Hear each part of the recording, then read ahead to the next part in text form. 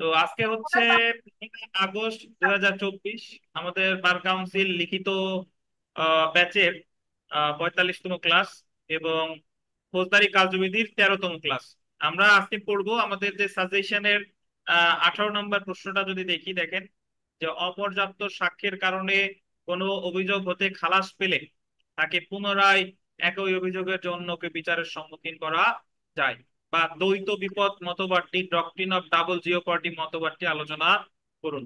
এখান থেকে এই প্রশ্ন আসার চেয়েও যেটা বেশি গুরুত্বপূর্ণ, এখান থেকে সমস্যামূলক প্রশ্ন আসার খুবই সম্ভাবনা এই 403 ধারা থেকে। তো এখানে বলছে যে অপর্যাপ্ত সাক্ষ্যের কারণে, অর্থাৎ যদি কোনো মামলায় কোনো ব্যক্তিকে খালাস প্রদান করা হয়, এরপরে এখানে বলতেছে যদি খালাস প্রদান করা হয় তাহলে তার বিরুদ্ধে কি আবার ওই একই অপরাধের জন্য পুনরায় তাকে বিচার করা যাবে কিনা, মানে তার বিরুদ্ধে দ্বিতীয়বার মামলা করা যাবে কিনা। তো এটার আরেকটা নাম হচ্ছে দ্বৈত বিপদ মতবাদ বা ডক্ট্রিন অফ ডাবল জিওপার্ড। তো এটা হচ্ছে যে আমাদের যে আমরা দণ্ডবিধি, আমরা দেওয়ানি কার্যবিধি শেষ করে এসেছি। তো সেখানে আমরা 11 ধারায় পড়েছিলাম যে রেস জুডিকাটা। রেস জুডিকাটা হচ্ছে যদি একই পক্ষগণের মধ্যে একই বিচার্য বিষয় নিয়ে যদি পূর্ববর্তী মামলা নিষ্পত্তি হয়ে যায় তাহলে পরবর্তী মামলা খারিজ হবে। এটাও সেরকম যে যদি কোনো একটা অপরাধের জন্য একজন ব্যক্তির একবার বিচার হয়, বিচার হয় এখানে বলতে বোঝানো হচ্ছে হয় তার দণ্ড হয়েছে অথবা খালাস হয়েছে, তাহলে পরবর্তীতে সে যখন দণ্ড পেয়ে গেল বা খালাস পেয়ে পেয়ে গেল, পরবর্তীতে ওই সেম অপরাধের জন্য তাকে আবার পুনরায় যদি মামলা দায়ের করা হয় তাহলে সে খালাস পেয়েছে বলে, মানে দ্বিতীয় মামলাটা আপনার ওই ডাবল জিওপটি নীতি দ্বারা বারিত হবে, অর্থাৎ দ্বিতীয় মামলাটা কি হয়ে যাবে, খারিজ হয়ে যাবে, কারণ তার বিরুদ্ধে তো একবার বিচার হয়ে গেছে। তো এক্ষেত্রে আর একটা জিনিস মনে রাখা দরকার যে এই 403 ধারা কিন্তু আপনার অব্যাহতি বা মুক্তি, 249 ধারায় গত ক্লাসে যে পড়লাম অব্যাহতি বা মুক্তি, এ সকল ক্ষেত্রে কিন্তু প্রযোজ্য হবে না। এটা অবশ্যই আপনি যদি 403 ধারা প্রযোজ্য করতে চান তাহলে পূর্ববর্তী মামলায় আসামির হয় খালাস হয়েছে, তাহলে কি হয়েছে, দণ্ড হয়েছে, এই দুইটা যে কোনো একটা আপনার দেখাতে হবে। তো এই যে যে দ্বৈত বিপদ নীতি বা ডাবল জিওপার্টি নীতি, এটা আমাদের প্রচলিত আইনের বেশ কয়েকটা আইনের এই বিধানটা আছে। যেরকম দেওয়ানি মামলার ক্ষেত্রে দেওয়ানি কার্যবিধির 11 ধারায়, সাক্ষ্য আইনের 40 ধারায়, ফৌজদারি কার্যবিধির 403 ধারায়, সংবিধানের 35-এর 2 অনুচ্ছেদ, এরপরে আপনার জেনারেল ক্লোজেস অ্যাক্টের 26 ধারা, এছাড়া বলা যেতে পারে সুনির্দিষ্ট প্রতিকার আইনের 29 ধারা। সুনির্দিষ্ট প্রতিকার আইনের 29 ধারা। তো এই এই এই যে যে ধারাগুলো বললাম, এই সকল ধারাগুলোতে সবগুলাতে মোটামুটি একই বিধান, যে একবার যদি বিচার হয়ে যায় তাহলে পুনরায় ওই বিষয় নিয়ে বিচার হলে পরবর্তী মামলাটা কি হয়ে যাবে বলেন, খারিজ হয়ে যাবে, পরবর্তী মামলাটা খারিজ হয়ে যাবে। তো আমরা একটু পড়া শুরু করি, দেখেন আমরা কয়ের উত্তরে চলে আসি। যে একবার সাজাপ্রাপ্ত বা খালাসপ্রাপ্ত ব্যক্তির একই অপরাধে পুনরায় বিচার করা যাবে না বা দ্বৈত বিপদ। ফৌজদারি কার্যবিধির 403 ধারায় আন্ডারলাইন করবেন দ্বৈত বিপদ মতবাদটি আলোচনা করা হয়েছে। যদি বলে দ্বৈত বিপদ কত ধারায়, 403 ধারায়। 403 ধারায় এই নীতির মূল বিষয় হলো একবার সাজাপ্রাপ্ত বা খালাসপ্রাপ্ত ব্যক্তিকে একই অপরাধে পুনরায় বিচার করা যাবে না। তো এখানে একটা জিনিস যদি দেখেন, একবার সাজাপ্রাপ্ত অথবা কি খালাসপ্রাপ্ত, সাজাপ্রাপ্ত অথবা খালাসপ্রাপ্ত। তো 403 ধারা নেমো ডিবেট বিস ভিক্সারি, এই এটা যদি আপনি মনে রাখতে পারেন ভালো, না মনে রাখতে সমস্যা নাই। যে 403 ধারা নেমো ডিবেট বিস ভিক্সারি নীতির উপর প্রতিষ্ঠিত, যার অর্থ হলো কোনো ব্যক্তিকে দ্বিতীয়বারের জন্য বিচারাধীন করা যাবে না যার জন্য তাকে একবার চার্জে আনা হয়েছিল। চার্জে আনা হয়েছিল মানে হচ্ছে তার বিচার একবার সম্পাদিত হয়ে গিয়েছিল। তো আপনাদের যেহেতু বার কাউন্সিল এখন দিন দিন কঠিন হচ্ছে, এইভাবে প্রশ্ন আসতে পারে যে ফৌজদারি কার্যবিধির কোন ধারায় নিমো ডিবেট বিস ভিক্সারি নীতিটি প্রতিষ্ঠিত প্রতিফলিত হয়েছে, সংশ্লিষ্ট বিধানের আলোকে আলোচনা করুন। তাহলে আপনার আলোচনা করতে হবে কত ধারা, এই 403 ধারা। তো এখন আমরা চলে আসি শর্ত সমূহ। শর্ত সমূহতে যদি আমরা যদি আসি দেখি, দেখেন ফৌজদারি কার্যবিধির 403 ধারায় উল্লেখিত দ্বৈত বিপদ নীতিটি প্রযোজ্য করতে হলে গোল দিবেন 3টি শর্ত অবশ্যই পূরণ করতে হবে। কয়টা শর্ত? 3টা শর্ত। 3টা শর্ত কি কি সেটা যদি আমরা দেখি, দেখেন প্রথম যেটা সেটা হলো অভিযুক্ত ব্যক্তির বিরুদ্ধে যে অপরাধে চার্জ করা হয়েছে তাকে সেই অপরাধের জন্য তার বিচার করা হয়েছে। মানে তারে যদি যে অপরাধের জন্য চার্জ করছে, যদি চুরির অপরাধের জন্য চার্জ গঠন করে, তাহলে সেই অপরাধে তার কি হতে হবে? বিচার হতে হবে। তারপরে দেখেন, উনি অবশ্যই এখতিয়ার সম্পন্ন কোন আদালত কর্তৃক হতে হবে। এখতিয়ার সম্পন্ন আদালত কর্তৃক হতে হবে মানে, আপনারা যদি আহ যদি এরকম চিন্তা করেন যে দেওয়ানি মামলায় বিচার হয়েছে, ফৌজদারি মামলা করতে কোনো বাধা নাই, বুঝতে পারছেন?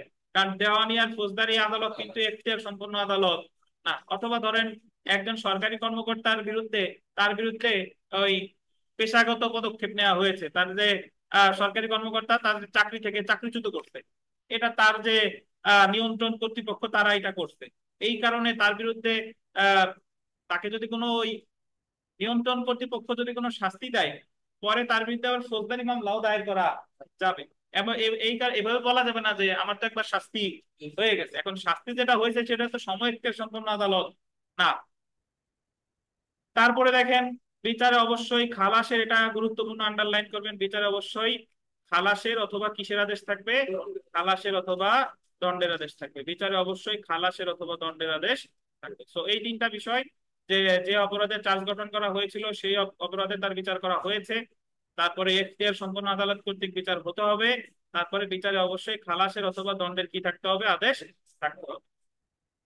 এখন আমরা চলে আসি যে দ্বৈত মতবাদের বিভিন্ন শর্ত সমূহ। এখানে এই এই ক্ষেত্রে আমার কতগুলো শর্ত আছে, আপনি ইচ্ছা করলে এখানে উদাহরণও দিতে পারেন। এখন উদাহরণ কেমনে দিবেন?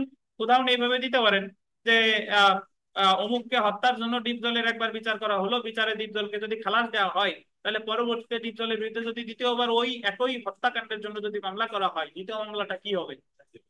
খারিজ হয়ে যাবে, 403 ধারায় খারিজ হয়ে যাবে। এখন একটা জিনিস এখানে জানে দেখেন যে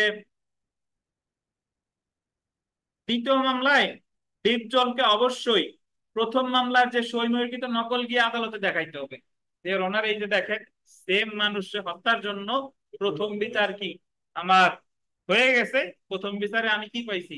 খালাস পাইছি। যেহেতু আমার বিচার একবার হয়ে গেছে, দ্বিতীয় বিচারটা কি হবে? বাড়িতে হবে। এই কথাটাই বলা আছে 511 ধারায়। মানে পূর্ববর্তী দণ্ড বা খালাস প্রমাণের পদ্ধতি, আমরা প্রিলিতে পড়ছিলাম যে পূর্ববর্তী দণ্ড বা খালাস প্রমাণের পদ্ধতি, এটা কিভাবে প্রমাণ করবেন? স্বয়ংক্রিয়কৃত নকল বা রায়ের নকল বা সাজা খাটছেন যেখানে, সেখানকার সত্যায়িত অনুলিপি, এই বিধান অনুসরণ করে আপনি আপনার পূর্ববর্তী দণ্ড বা খালাস প্রমাণ করবেন। এটা বলা হয়েছে কত ধারায়? 511 ধারায়। আচ্ছা, আমরা দ্বৈত মতবাদের বিভিন্ন শর্ত সমূহতে চলে আসি। দেখেন দ্বৈত মতবাদের কতগুলো শর্ত আছে, এই শর্তগুলো আমার এখানে আছে। দ্বৈত মতবাদের কতগুলো শর্ত আছে। দেখেন, প্রথম শর্ত হলো অভিযুক্ত ব্যক্তির বিচার হতে হবে। চার্জের মাধ্যমে বিচার শুরু হয়, আন্ডারলাইন করেন, যে কোনো বিচার শুরু হয় কিসের মাধ্যমে? চার্জের মাধ্যমে। অর্থাৎ অভিযুক্ত ব্যক্তির বিরুদ্ধে বিচারিক আদালত, আন্ডারলাইন করবেন, আনুষ্ঠানিক চার্জ গঠন করবে এবং উক্ত চার্জ শুনানি করে মামলার গুণাগুণের ভিত্তিতে আদালত কি দিবে? সিদ্ধান্ত দিবে। এখন সিদ্ধান্তে হয় কি হবে?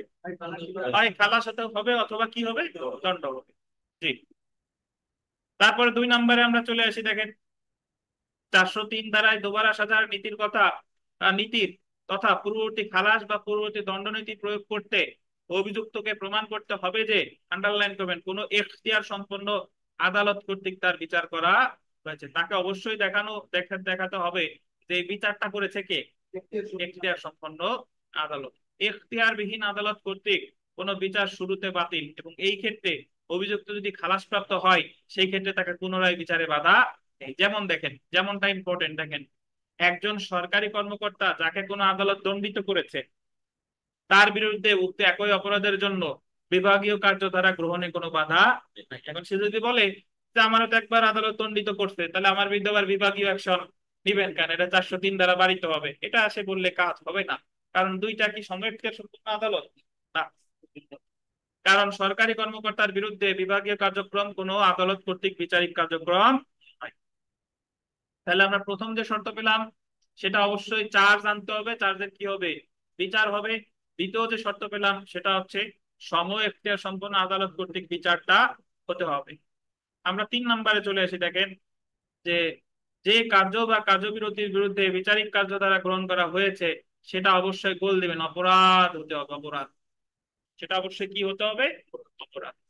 যেমন শান্তি রক্ষার জন্য মুসলেকা, আন্ডারলাইন করবেন, শান্তি রক্ষার জন্য মুসলেকা security for keeping the peace ফৌজদারি কার্যবিধি বা দণ্ডবিধির অধীন সংজ্ঞায়িত অপরাধের অন্তর্ভুক্ত না। সুতরাং এই ক্ষেত্রে 403 ধারা প্রযোজ্য হবে না। একটু ব্যাখ্যা করি। আমাদের যে শান্তি রক্ষা বা সদাচরণের মুসলেকা এই সম্পর্কে বলা হয়েছে ফৌজদারি কার্যবিধির 106 থেকে 110। তো এটা কিন্তু অ্যাকচুয়ালি আপনার প্রিভেন্টিভ অ্যাকশন, মানে যে কেউ যাতে শান্তি ভঙ্গ না করে বা কেউ যাতে সদাচরণ করে, কেউ যাতে খারাপ আচরণ না করে, এটা কিন্তু কোনো অপরাধ না।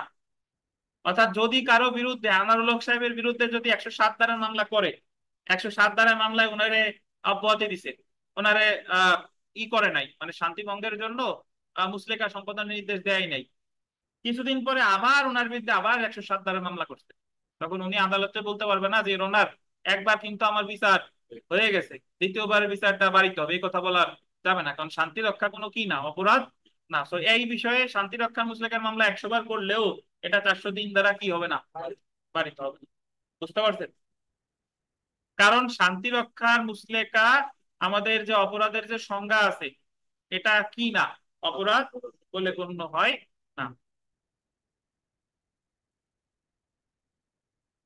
4 নম্বরে আমরা আসি, দেখেন যে 403 ধারায় দোবারা সাজার নীতি প্রয়োগ করে দ্বিতীয় বিচার বারিত হবে যে ক্ষেত্রে অভিযুক্ত ব্যক্তি, আন্ডারলাইন করবেন, পূর্বে দণ্ডিত অথবা খালাসপ্রাপ্ত হয়েছে। পূর্বে তার কি হতে হবে, হয় দণ্ড হতে হবে অথবা খালাসপ্রাপ্ত হবে। এই ধারার অধীন খালাস বলতে 203 বা 204 ধারার অধীন নালিশ খারিজ বা 249 ধারায় মামলার প্রক্রিয়া বন্ধ করে অভিযুক্তকে মুক্তি দিয়া বা অন্য কোনো কারণে আসামির অব্যাহতি খালাস বলে গণ্য হবে।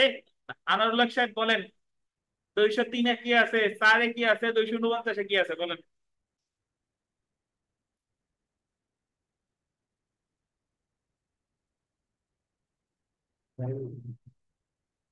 পড়াশোনা হচ্ছে? এই জাকারিয়া ভাই আপনি বলেন, 203-এ কি আছে?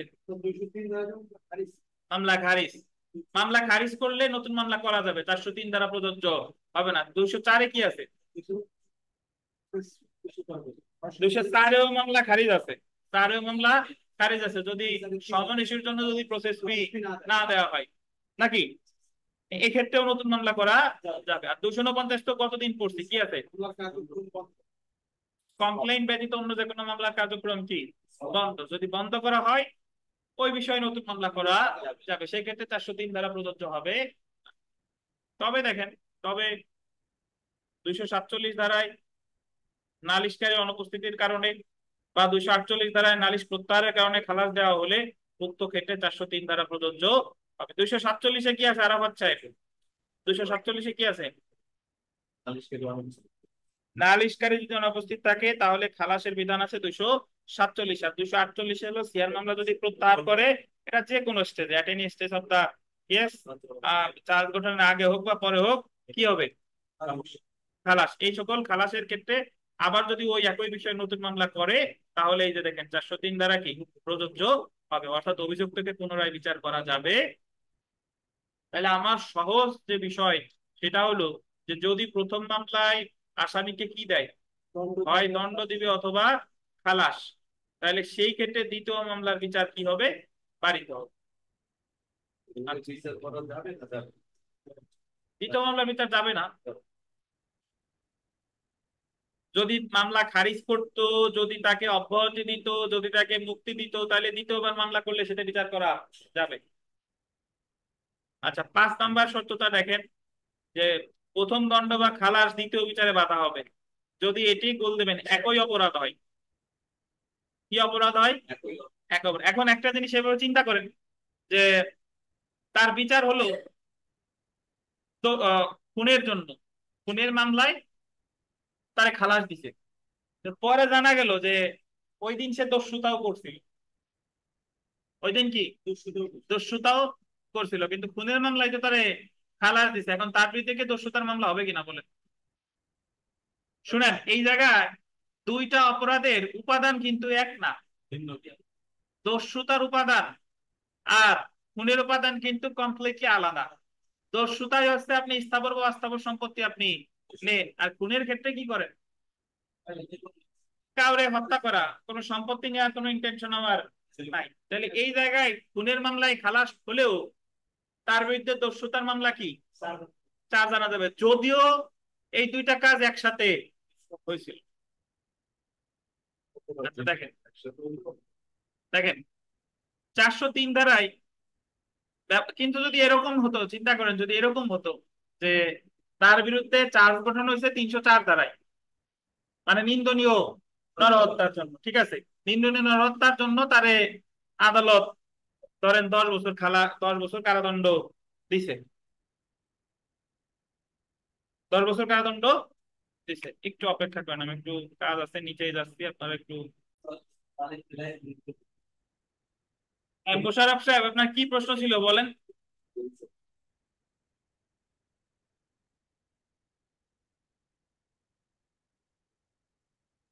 মোশাররফ সাহেব শুনতে পাচ্ছেন?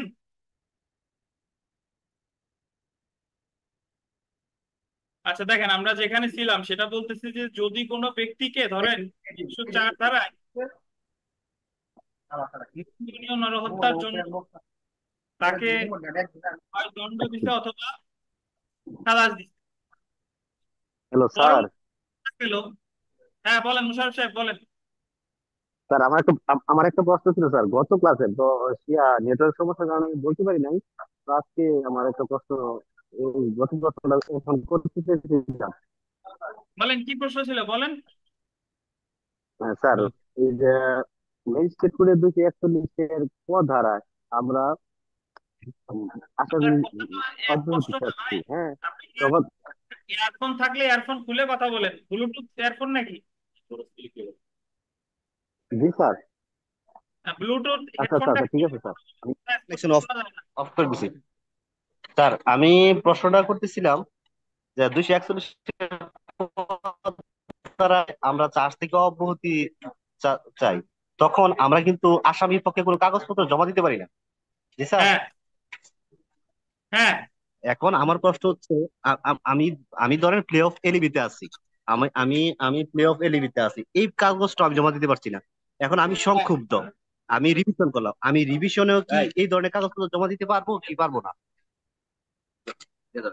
ডিভিশন আদালতে দিতে পারেন অব্যাহতি আদেশের ক্ষেত্রে, কিন্তু ওই অব্যাহতি শুনানির সময় পারবেন না, বুঝতে পারছেন? না, অব্যাহতি সময় শুনুন, আমি অব্যাহতি সময় তো দিতেই পারবো না, কিন্তু আমি হ্যাঁ এই সেটা আদেশ থেকে বললাম, যখন আপনার কথা বলছি যে রিভিশনে, ওইটার রিভিশনে পারবেন কিনা ওটার হ্যাঁ জি স্যার, জি স্যার। রিভিশনে আপনি, এটা হচ্ছে রিভিশন আদালতের এখতিয়ার, দেখলে দেখতে পারে, কিন্তু মেইন বিষয়টা হচ্ছে যে রিভিশনটা তো আপনি করতেছেন ওই আদেশটার বিরুদ্ধে, যে আমারে কেন অব্যাহতি দেওয়া হলো না। তো জি ওই স্যার। ক্ষেত্রে রিভিশন আদালতে আইনগত ভুল ত্রুটি দেখবে, আর এই যে যে নতুন যে কাগজপত্র এগুলো আসলে আপনার দেখাইতে হবে আপনি যখন ছাপাই সাক্ষী দিবেন বিচারের সময় তখন। তো আপনার উত্তর যেটা হচ্ছে যে রিভিশন আদালত, এটা ওনার ডিসক্রিশনারি পাওয়ার, উনি দেখতে পারে, উচ্চ আদালতের সমস্যা নাই, ওই জায়গায় বলা নাই যে রিভিশনে সময় কোন কোন কাগজপত্র দেখবে আর দাখিল করবে আর করা যাবে না, কিন্তু আপনি এখানে দেখাইতে পারবেন না, এটা হলো কথা। ঠিক আছে, থ্যাংক ইউ। জি। আচ্ছা, আচ্ছা তাহলে আমরা যেখানে ছিলাম সেটা হচ্ছে যে ভাই, যে যদি নিন্দনীয় নরহত্যার জন্য কাউকে দণ্ড অথবা খালাস দেওয়া হয় কিন্তু পরবর্তীতে জানা গেল যে সে অ্যাকচুয়ালি খুন করেছে, বলেন তো ওই খুনের মামলা তার বিরুদ্ধে এখন করা যাবে কিনা, বা করা তো যাবে বাট বিচার হবে না। কেন হবে না জানেন? কারণ তার একবার বিচার কি হয়ে গেছে, কারণ এই নিন্দনীয় নরহত্যার খুন হলো একই প্রকৃতির অপরাধ, কিন্তু ওই দস্যুতা চুরি কিন্তু, দস্যুতার খুন কিন্তু একই প্রকৃতির ছিল না, বুঝতে পারছেন?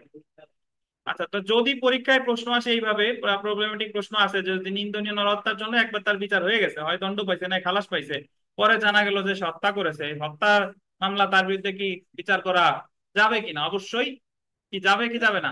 যাবে না, যাবে না, কারণ তার বিচার একবার কি হয়ে গেছে, অর্থাৎ এই ক্ষেত্রে 403 ধারা প্রযোজ্য হবে।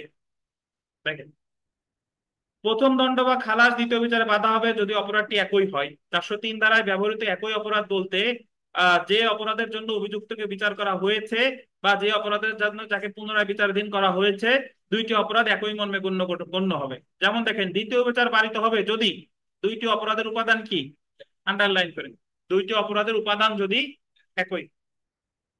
তো কিন্তু উপাদান যদি ভিন্ন হয়, কিন্তু উপাদান যদি কি হয়, ভিন্ন হয়, সেক্ষেত্রে একই ঘটনা হতে অপরাধ সৃষ্টি হলেও দ্বিতীয় বিচার কি হবে না, পালিত হবে না। যেমন দেখেন, চাকর হিসেবে যার বিরুদ্ধে চুরির বিচার করে খালাস দেওয়া হয়েছে, ধরেন চাকর যদি চুরি করে মামলা হয় 381 ধারায়, কত ধারায়, 381, সাজা হলো 7 বছর। তো চাকরের বিরুদ্ধে মামলা করছিল 381 ধারায়, ওই মামলায় তারে কি দিছে, খালাস দিছে।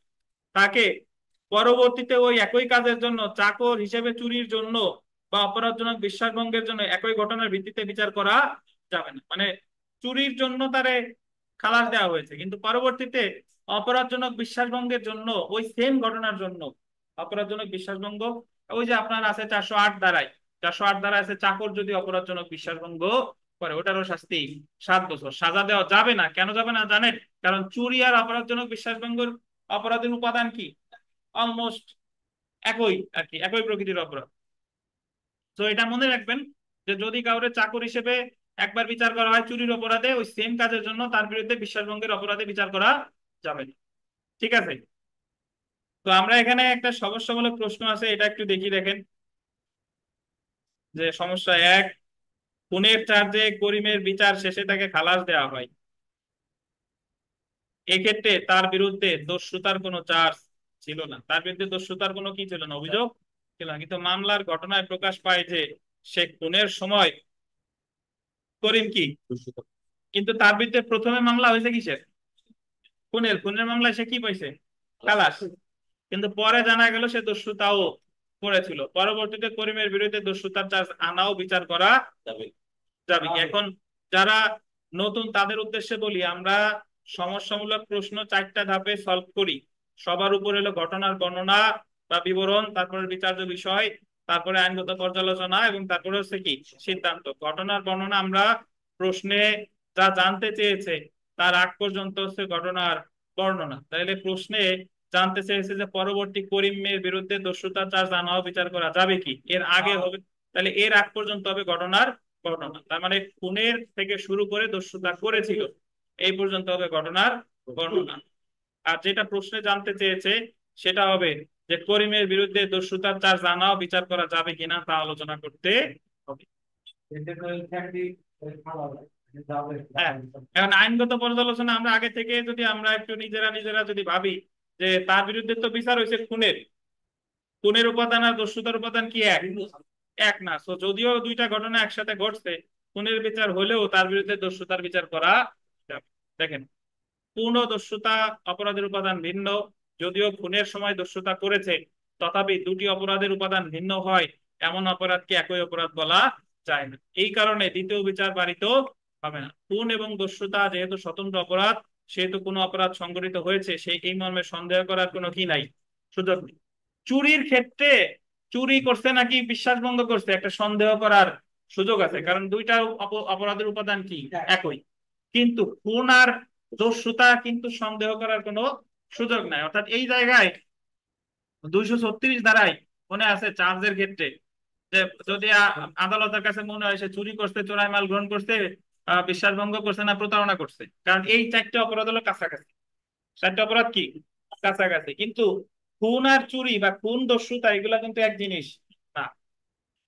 অর্থাৎ দেখেন, 236 ধারায় বিকল্প চার্জ গঠনের কোনো সুযোগ নেই। অর্থাৎ যদি ওনার কাছে সন্দেহ হতো যে খুন করছে নাকি দস্যুতা করছে, এই সন্দেহের কোনো সৃষ্টি হওয়ার কোনো সুযোগই ছিল না, কারণ খুন আর দস্যুতা টোটালি দুইটা কি অপরাধ, ভিন্ন অপরাধ। তথা খুনের বিকল্প হিসেবে দস্যুতার চার্জ গঠন করার কোনো সুযোগ নাই। এখন যারা বুঝতেছেন না ভিন্ন অপরাধ, তাদেরকে আমি ব্যাখ্যা দেই। খুনের ক্ষেত্রে এটা হলো মানব দেহ সম্পর্কিত অপরাধ, মানব দেহ সম্পর্কিত অপরাধ। আর দস্যুতা যেটা, এটা হলো সম্পত্তি রিলেটেড অপরাধ নাকি। তো দুইটার অপরাধের উপাদান কিন্তু এক জিনিস না। এছাড়া 237 ধারা অনুসারে এক অপরাধের জন্য চার্জ গঠন করে ভিন্ন অপরাধের জন্য শাস্তি দেওয়ার কোনো সুযোগ নাই। 237 ধারা আমি আপনাদের মনে করাই দিই যে চুরির জন্য চার্জ গঠন করছিল, পরে সাক্ষ্য গ্রহণ করার পর মনে হয়েছে যে সে বিশ্বাস ভঙ্গ করছে, তাহলে বিশ্বাস ভঙ্গতে শাস্তি দেওয়া যেত, কারণ চুরি আর দস্যুতা উপাদান কি একই।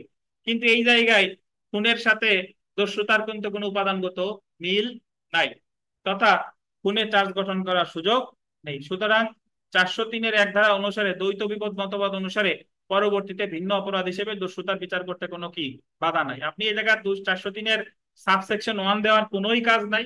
আপনি টোটালি আলোচনা করবেন কত ধারা দিয়ে? 403 ধারায়। আপনি আপনার মতো বলবেন যে যেহেতু 403 ধারায় বলা হয়েছে যে দুইটি অপরাধ যদি ভিন্ন প্রকৃতির হয় তাহলে একটা অপরাধের বিচার হয়ে গেল, পরবর্তীতে আর একটা অপরাধের বিচার করা যাবে। যেহেতু খুন একটা আলাদা অপরাধ এবং দস্যুতার একটা আর এক ধরনের অপরাধ, দুইটার মধ্যে উপাদানগত কোনো মিল নাই। একটা হলো মানব দেহ সম্পর্কিত অপরাধ আর একটা হলো সম্পত্তি সংক্রান্ত অপরাধ। তো এই ক্ষেত্রে খুনের বিচারে সে খালাস পেলেও তার বিরুদ্ধে দস্যুতার বিচারে বাধা নেই, অর্থাৎ এই ক্ষেত্রে 403 ধারা প্রযোজ্য হবে না। সিদ্ধান্ত অর্থাৎ করিমের বিরুদ্ধে দস্যুতা চার্জ আনাও বিচার করা যাবে। বুঝতে পারছেন?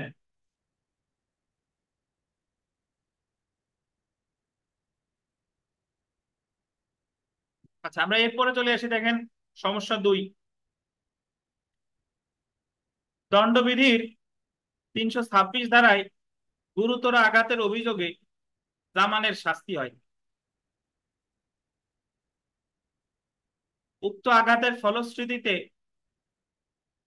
পরবর্তীতে জখমী ব্যক্তি কামাল মৃত্যুবরণ করে। মৃত্যুবরণ করছে কখন বলেন তো? যখন প্রথম মামলার বিচার হয়ে গেছে। তো এখন নরহত্যার অভিযোগে পরবর্তীতে জামানের বিচার করা যাবে কিনা, মানে যে আঘাতে তার ওই আপনার যে অপরাধের জন্য সে গুরুতর আঘাত পাইছে সেই আঘাতেই সে শাস্তি পাইছে, আবার ওই আঘাতেই কয়দিন পর ভিকটিম কি মারা গেছে। এখন খুনের বিচার তার বিরুদ্ধে আলাদাভাবে করা যাবে কিনা বা নরহত্যার বিচার করা যাবে কিনা একটু আমরা পড়ি, দেখেন। আচ্ছা, লাইন কেটে যাবে। সবাইকে নতুন লিঙ্ক দিচ্ছি, সবাই নতুন লিঙ্কে জয়েন করেন।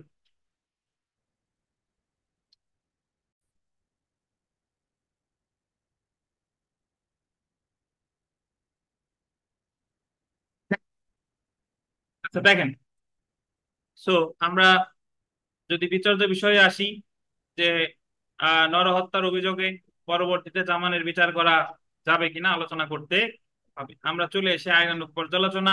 আইনানুগ পর্যালোচনা এখানে বলতেছে যে নরহত্যার অভিযোগে পরবর্তীতে জামানের বিচার করা যাবে।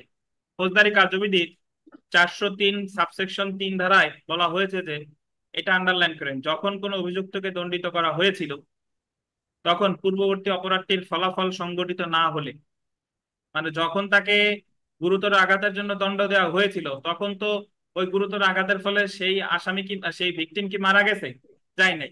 মানে হ্যাঁ। পূর্ববর্তী অপরাধের ফলাফল সংঘটিত না হলে বা আদালতের জানা না থাকলে, সেই ক্ষেত্রে পূর্বে যে অপরাধের জন্য তাকে দণ্ডিত করা হয়েছে সেই অপরাধের ফলাফল হতে ভিন্ন সৃষ্ট ভিন্ন কোনো অপরাধের জন্য তাকে দণ্ডিত করা যেতে পারে। মানে যখন তাকে শাস্তি দেওয়া হয়েছিল তখন কিন্তু সে মারা যায় নাই, যেহেতু শাস্তি দেওয়ার পরে মারা গেছে বা পরে আদালত জানতে পেরেছে, তাই তাকে খুনের জন্য নতুন করে মামলায় বিচার করা যাবে। কিন্তু যদি এরকম হতো যে গুরুতর আঘাতের বিচারের মধ্যেই সে লোক মারা গেছে, তাহলে ওই চার্জ পরিবর্তন করে গুরুতর আঘাতের জায়গায় চার্জ গঠন করে চার্জ পরিবর্তন করে হতো কি খুনের চার্জ। বুঝতে পারছেন?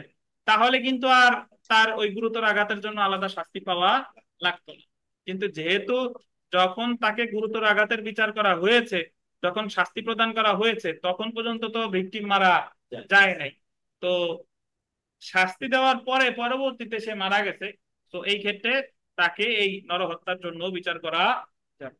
যদিও বাস্তবে এই ধরনের পরিস্থিতি হওয়ার সম্ভাবনা বর্তমান প্রেক্ষাপটে খুব একটা নাই, বাট আপনার যেহেতু আছে, পরীক্ষার প্রশ্নে আসতে পারে, এটা জেনে রাখতে হবে। 326 ধারায় গুরুতর আঘাতের শাস্তি দেওয়ার সময় উক্ত আঘাতের ফলাফল যে মৃত্যু হতে পারে সেটা আদালতের আন্ডারলাইন করে জানা না থাকলে বা দণ্ড দেওয়ার সময় উক্ত ফলাফল বা মৃত্যু সংঘটিত না হলেও পরবর্তীতে উক্ত আঘাতের ফলস্বরূপ সংঘটিত মৃত্যুর জন্য নরহত্যার অভিযোগে জামানের কি বিচার করা যাবে। সিদ্ধান্ত বিচার করা সুতরাং যাবে। ঘটনার আলোকে নরহত্যার অভিযোগে জামানের বিচার করা যাবে। তো নরহত্যার অভিযোগে জামানের বিচার করা যাবে। কোনো প্রশ্ন আছে কিনা আপনাদের এখান থেকে?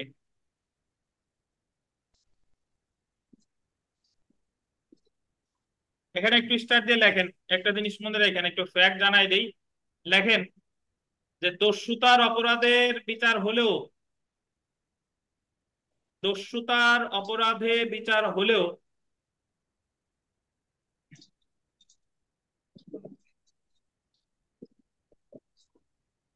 পরবর্তীতে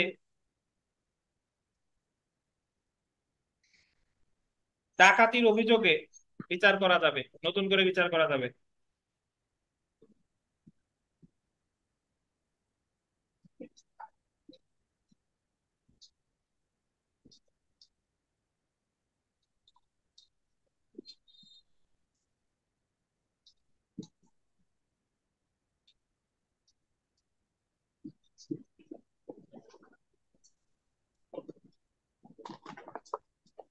একটু একটু একটু একটা বিষয় বুঝেন, আমাদের এই 403 ধারার একটা উদাহরণ আছে এইভাবে।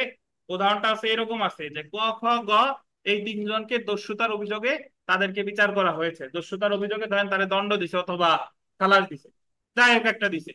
পরবর্তীতে জানা গেল যে তারা আসলে ডাকাতি করছিল। তারা কি করছিল? ডাকাতি। তাহলে যদিও তাদের প্রথমবার বিচার হয়েছে কিসের জন্য? দস্যুতার জন্য। পরবর্তীতে ডাকাতির অভিযোগে তাদেরকে বিচার করা যাবে। এখন আপনাদের মনে প্রশ্ন আসবে কি, যে ওই জায়গায় তো বলা আছে ক খ গ, তিনজনে মিলে তো ডাকাতি করতে পারে না, তাহলে ডাকাতির শাস্তি কেমনে দেয়? এখন তিনজনে মিলে ওই জায়গায় যে তিনজনে ডাকাতি করছে তা না, মানে ওই জায়গায় আরো লোকজন ছিল, তাদের সাথে ওই তিনজনও ছিল, সেটা বোঝানো হয়েছে। বুঝতে পারছেন? তাহলে যদি কাউকে দস্যুতার জন্য বিচার করা হয়, পরবর্তীতে যদি জানা যায় যে সে আসলে করেছিল কি ডাকাতি, তাহলে ডাকাতির জন্য তার বিরুদ্ধে আলাদা করে বিচার করা যাবে। সেই ক্ষেত্রে 403 ধারা প্রযোজ্য হবে না। মনে রাখেন, যদি আসে যে দস্যুতার বিচারে বিচার করলেও পরবর্তীতে ডাকাতির জন্য তার বিচার করা যাবে, এইটুকু মনে রাখবেন।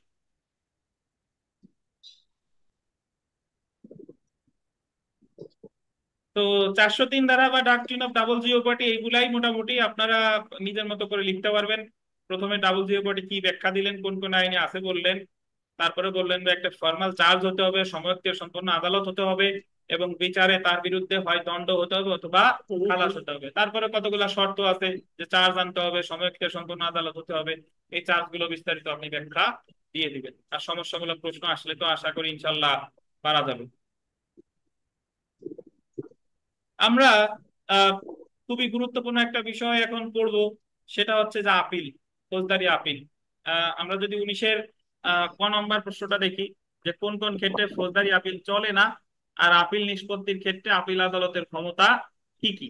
এটা হলো একটা প্রশ্ন। হতে আছে দায়রা আদালত এবং ম্যাজিস্ট্রেট আদালত কর্তৃক প্রদত্ত খালাস খালাস আদেশের বিরুদ্ধে কিভাবে এবং কোথায় আপিল দায়ের করা যেতে পারে, এবং কে এরূপ আপিল দায়ের করতে পারে। গতে আছে আপিল ডিভিশনের পার্থক্য কি, খালাস এবং অপর্যাপ্ত দণ্ডাদেশের বিরুদ্ধে আপিল চলে কি। ঘতে আছে আপিল আদালতের জামিন প্রদান বা অতিরিক্ত সাক্ষ্য গ্রহণের ক্ষমতা, এবং আপিল কি বাতিল হতে পারে কিনা। তো আপিল নিয়ে মোটামুটি সামগ্রিক আলোচনাই করতে হবে। আমি যদি আপনাদের একটু বলি যে আপিল আসলে কাকে বলে। আপিল হচ্ছে এক ধরনের কায়েমি অধিকার। কায়েমি অধিকার, আহ কায়েমি অধিকার কি?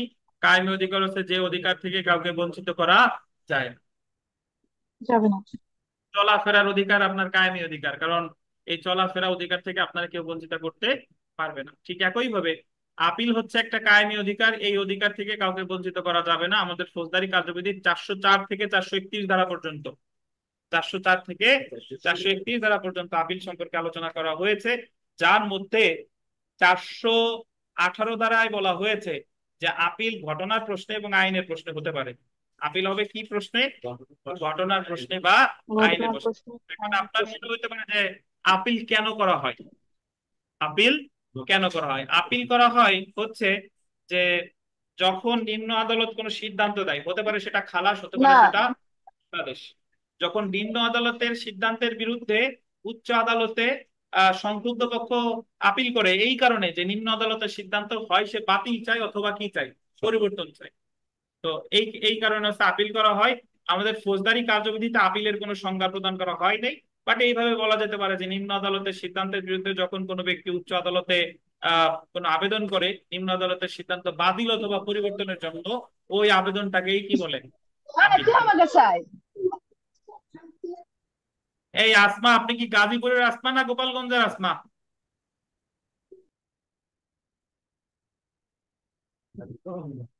মিউট করে দিলে হবে?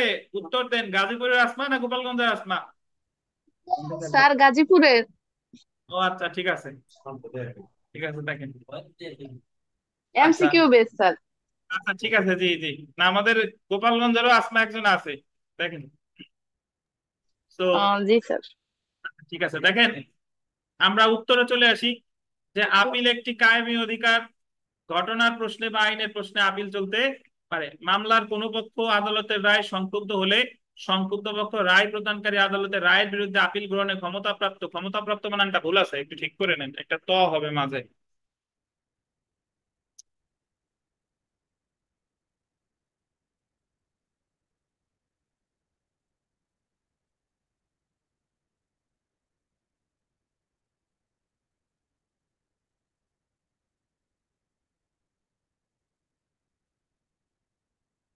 মামলার কোনো পক্ষ আদালতের রায় সংক্ষুব্ধ হলে সংক্ষুব্ধ পক্ষ রায় প্রদানকারী আদালতের রায়ের বিরুদ্ধে আপিল গ্রহণের ক্ষমতাপ্রাপ্ত উচ্চ আদালতে আপিল দায়ের করতে পারে। ফৌজদারি কার্যবিধির 419 ধারায় বলা হয়েছে প্রত্যেকটি আপিল লিখিত পিটিশন আকারে দায়ের করতে হবে এবং আপিলকারী বা তার আইনজীবী কর্তৃক দায়ের করতে হবে। এগুলো আমাদের প্রিলির জন্য গুরুত্বপূর্ণ, যে আপিল দায়ের করা হয় পিটিশন আকারে, আর দেওয়ানি আপিল দায়ের করা হয় কি আকারে?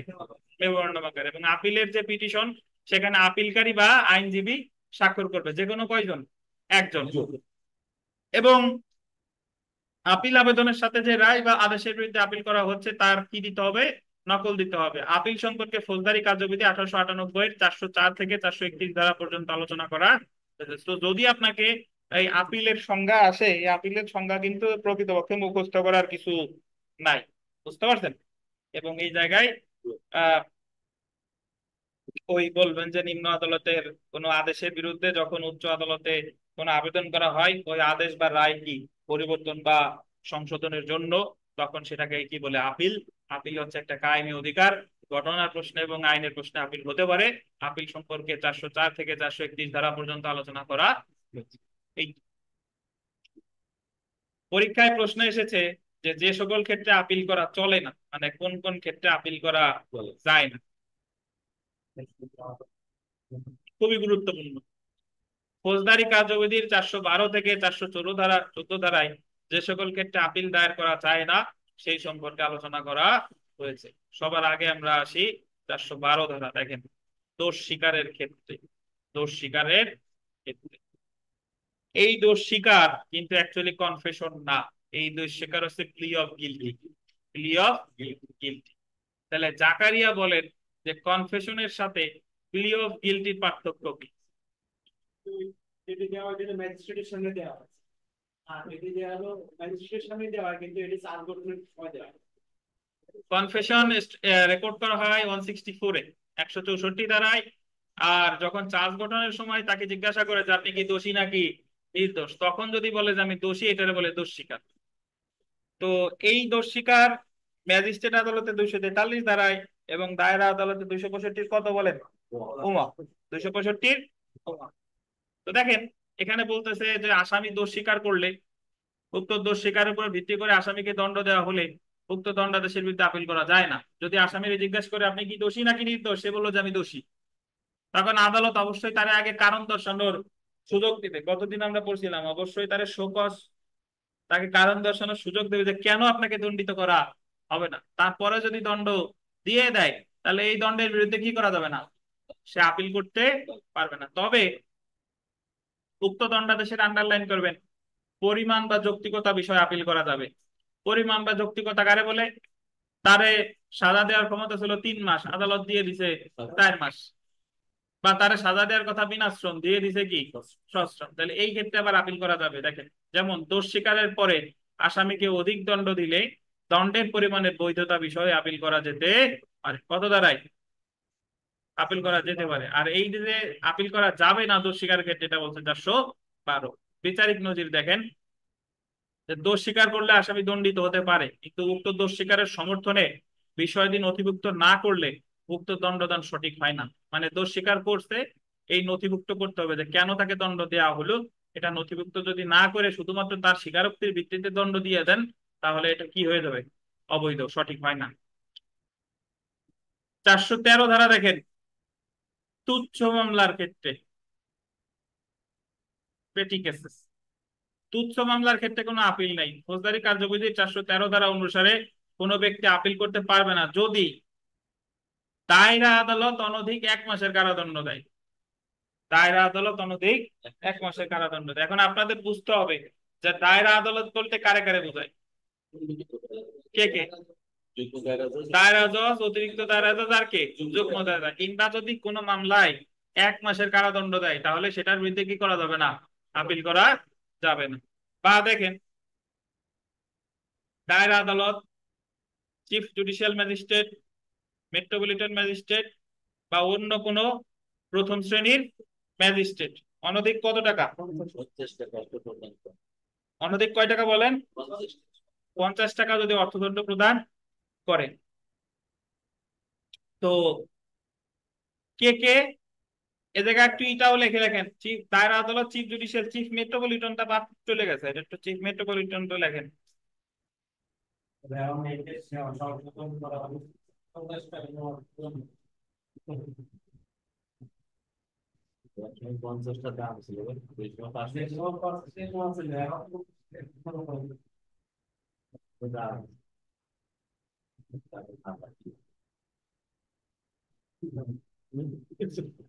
তাহলে দায়রা আদালত, chief judicial magistrate, metropolitan magistrate বা অন্য কোনো প্রথম শ্রেণীর ম্যাজিস্ট্রেট কয় টাকা বলেন?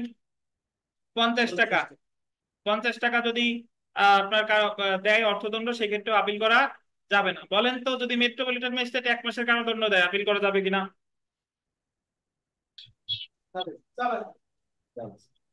মেট্রোপলিটন ম্যাজিস্ট্রেট যদি 1 মাসের কারাদণ্ড দেয় আপিল করা যাবে?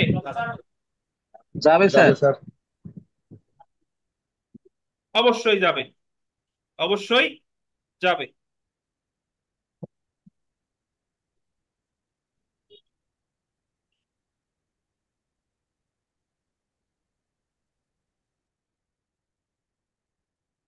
আচ্ছা, এই জায়গায় চিফ মেট্রোপলিটন ম্যাজিস্ট্রেটটা কেটে দেন ভাই, এই জায়গায় চিফ মেট্রোপলিটন ম্যাজিস্ট্রেট অ্যাকচুয়ালি নাই, মানে যা লেখা ছিল সেটাই ঠিক আছে। তাহলে দায়রা আদালত, chief judicial magistrate, metropolitan magistrate আর কে? প্রথম শ্রেণীর ম্যাজিস্ট্রেট। কত টাকা অর্থদণ্ড দিলে আপিল করা যাবে না? 50 টাকা। বা দেখেন, যদি কোনো আদালত, আন্ডারলাইন করবেন, শুধুমাত্র জরিমানা আরোপ করে, মানে শুধু 200 টাকা দিল, উক্ত জরিমানা ব্যর্থতার কারণে আদালত কারাদণ্ড আরোপ করলে এবং ওই জরিমানা অনাদায়ে যদি কোনো কি দেয়, কারাদণ্ড দেয়, উক্ত কারাদণ্ডের বিরুদ্ধে আপিল করা যাবে না। তাহলে আপনি 500 টাকা জরিমানা করছিল, শুধু 500 টাকা জরিমানা, আপনি 500 টাকা দিতে পারেন নাই, 500 টাকা অনাদায়ে 2 মাস কারাদণ্ড দিচ্ছে, ওই কারাদণ্ডের বিরুদ্ধে কি করা যাবে না? তাহলে 413টা মনে রাখতে হবে। দায়রা আদালত অনধিক 1 মাসের কারাদণ্ড, দায়রা আদালত, chief judicial magistrate, metropolitan magistrate, প্রথম শ্রেণীর ম্যাজিস্ট্রেট অনধিক কত টাকা? 50 টাকা জরিমানা।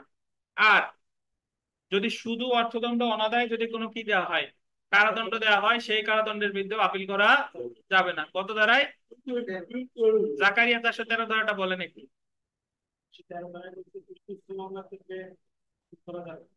যদি দায়রা আদালত 1 মাসের কারাদণ্ড প্রদান করে সেই ক্ষেত্রে আপিল করা যাবে। আর যদি দায়রা আদালত, জুডিশিয়াল ম্যাজিস্ট্রেট, মেট্রোপলিটন ম্যাজিস্ট্রেট বা প্রথম শ্রেণীর ম্যাজিস্ট্রেট যদি আমাদের 50 টাকা দেয়, যদি 50 টাকা সেক্ষেত্রে আপিল করা যাবে। আর যদি যে ক্ষেত্রে শুধুমাত্র জরিমানা করা হয়েছে, জরিমানা অনুযায়ী যে কারাদণ্ড প্রদান করা, সেই ক্ষেত্রে আপিল করা যাবে। বলেন তো, দ্বিতীয় শ্রেণীর ম্যাজিস্ট্রেট যদি 50 টাকা জরিমানা করে সেক্ষেত্রে আপিল করা যাবে কি যাবে না? যাবে স্যার, যাবে। দ্বিতীয় শ্রেণীর ম্যাজিস্ট্রেট 50 টাকা দিলে কিন্তু আপিল করা যাবে।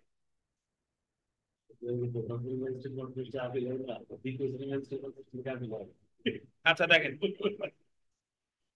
414 দ্বারা সংক্ষিপ্ত বিচারের ক্ষেত্রে, সামারি ট্রায়াল, সংক্ষিপ্ত বিচারের ক্ষেত্রে কতিপয় দণ্ডের বিরুদ্ধে আপিল করা যাবে না। দেখেন, ফৌজদারি কার্যবিধি 260 ধারার অধীন সংক্ষিপ্ত বিচার পদ্ধতিতে অনধিক গোল দিবেন 200 টাকা জরিমানা করলে সেই আদেশের বিরুদ্ধে আপিল করা যায় না। এই যে 200 টাকা, এটা কিন্তু শুধু জরিমানা। যদি 200 টাকা জরিমানা করতে কারাদণ্ডও দিছে, তাহলে আবার কি আপিল করা যাবে? বুঝতে পারছেন? যদি শুধু 200 টাকা জরিমানা করে সামারি ট্রায়ালে, তাহলে সেটার বিরুদ্ধে আপিল করা যাবে না। কিন্তু যদি 200 টাকার সাথে কি দেয়, কারাদণ্ড দেয়, তাহলে কিন্তু আপিল করা যাবে। তাহলে দেখেন, যেহেতু উপরে উল্লেখিত ক্ষেত্রে আপিল করা যায় না, তাই সকল ক্ষেত্রে কি করা যাবে? রিভিশন করা তাহলে আপনাকে যদি বলে যে কোন কোন ক্ষেত্রে আপিল করা যায় না, ধরেন নাম্বার আছে 5 মার্ক, তাহলে শুধু 12, 13, 14 লিখলে হবে না, তার আগে আপিলের একটু সংজ্ঞা দিয়ে নিবেন, ঠিক আছে?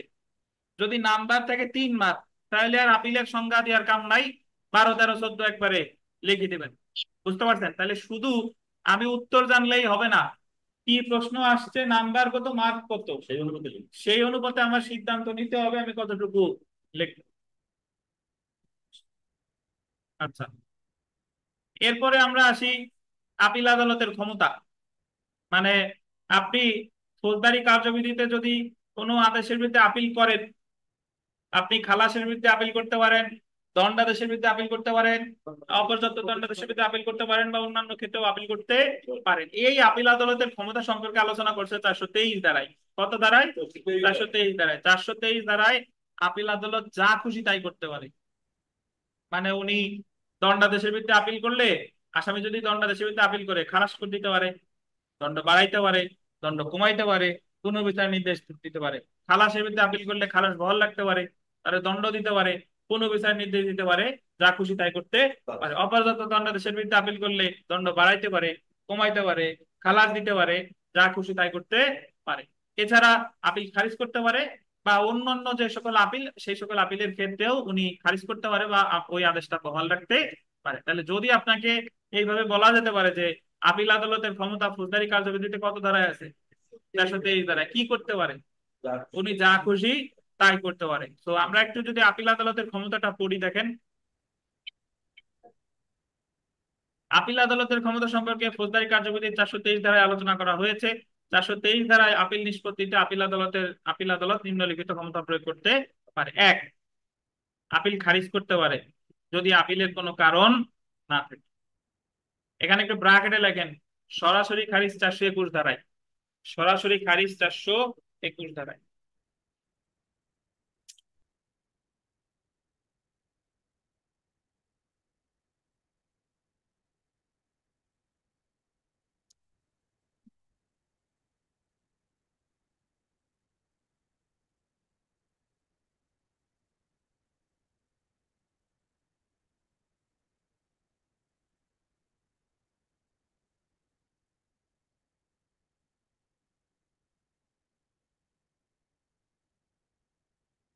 আচ্ছা, এখন শুনেন,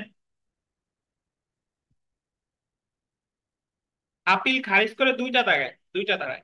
এক জায়গা হলো 421 ধারায় সামারি ডিসমিসাল বলে, মানে মানে সরাসরি খারিজ। আর শুনে মিলে খারিজ করে কততে? 423-এ। তো যদি আপিল খারিজ করতে পারে যদি আপিলের কোনো কারণ না থাকে। 2 নাম্বার দেখেন, খালাস আদেশের বিরুদ্ধে আপিলের ক্ষেত্রে যদি খালাস আদেশে আমরা অনেক সময় কনফিউজড হয়ে যাই যে কোন আদেশের বিরুদ্ধে কে আপিল করে। এটা খুব সোজা, খালাস পায় কে? আসামি। তাহলে আপিল করবে কে? বাদী। আসামি তো আর আপিল করবে না, আসামি কি বলবে যে আমি ভিতরে যাবো? খালাসের আদেশের বিরুদ্ধে আপিল করে যে মামলা করছে সে। খালাস আদেশের বিরুদ্ধে যদি আপিল করা হয় কি করতে পারে দেখেন, খালাস আদেশ বাতিল করতে পারে, পরিবর্তন করতে পারে, অধিকতর অনুসন্ধান নির্দেশ দিতে পারে, অভিযুক্তকে পুনরায় বিচার নির্দেশ দিতে পারে, অভিযুক্তকে দোষী পেলে আইন অনুযায়ী কি দিতে পারে। তার মানে কি বোঝা যায়, উনার যা খুশি তাই করতে পারে। 3 নাম্বার দেখেন, দণ্ডাদেশের বিরুদ্ধে আপিলের ক্ষেত্রে।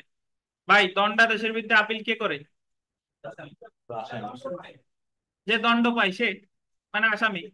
তা দণ্ডাদেশের বিরুদ্ধে যদি আপিল করা হয় শাস্তি বাতিল করতে পারে, খালাস অব্যাহতি, আসামিকে খালাস বা অব্যাহতি দিতে পারে, পুনরায় বিচার নির্দেশ দিতে পারে, শাস্তি বহাল রাখতে পারে বা শাস্তি কি কমাতে পারে, ইত্যাদি ইত্যাদি। মানে কি আরো কিছু সে পারে। আচ্ছা, আমরা একটু চলে এসেছি 4 নাম্বার, দণ্ডবৃদ্ধি। আর দণ্ডাদেশের বিরুদ্ধে তো আপিল, বাদীও আপিল করতে পারে দণ্ডাদেশের বিরুদ্ধে। দণ্ডাদেশের বিরুদ্ধে অপর্যাপ্ত দণ্ডাদেশের বিরুদ্ধে বাদী আপিল করতে পারে না। হ্যাঁ সেটা হ্যাঁ তো হ্যাঁ সেটা তো পরে আসতেছি। দেখেন, জি এটা তো জি অপর্যাপ্ত স্যার। দণ্ডাদেশ না, এটা বলছে জাস্ট দণ্ডাদেশ। 4 নাম্বারটা দেখেন, দণ্ড বৃদ্ধির আপিলের ক্ষেত্রে আপনি যেটা বললেন সেটা নিচে দণ্ড বৃদ্ধি। তো দণ্ড বৃদ্ধির আপিল কে করবে? যে মামলা করেছে সে, কারণ আসামিরে যে দণ্ড দিছে তাতে তার পরাণ ভরে নাই, মনোভূত হয় নাই, সে চাচ্ছে যে তার শাস্তি আরো বেশিও দরকার। তাহলে দণ্ড বৃদ্ধির বিরুদ্ধে আপিল করলে শাস্তি পরিবর্তন করতে পারে, আসামিকে খালাস বা অব্যাহতি দিতে পারে, পুনরায় বিচার নির্দেশ দিতে পারে। শাস্তি কি? বহাল রাখতে পারে, শাস্তির পরিমাণ বাড়াতে পারে বা কমাতেও পারে। তার মানে উনি যদি আপনি ঠান্ডা মাথায় চিন্তা করেন কি যা খুশি তাই করতে পারবেন। তারপরে দেখেন, তাহলে আপনার এটা লেখা খুব সোজা।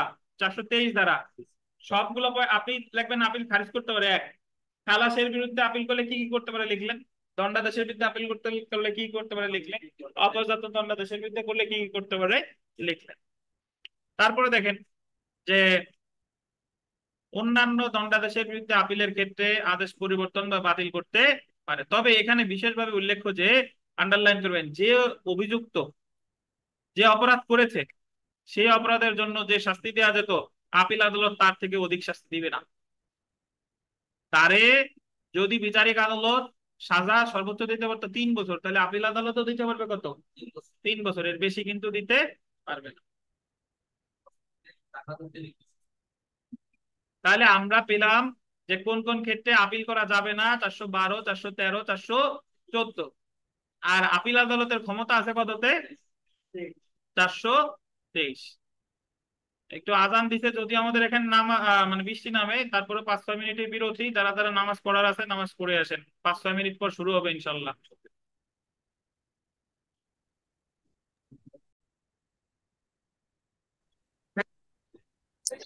তো বিরতির আগে আমরা পড়লাম যে আপিল কি, আপিল কখন করা যায় না, আপিল আদালতের ক্ষমতা, এই সম্পর্কে বিস্তারিত পড়লাম। তো এখন আমরা যে যে জিনিসটা এখানে নাই, মানে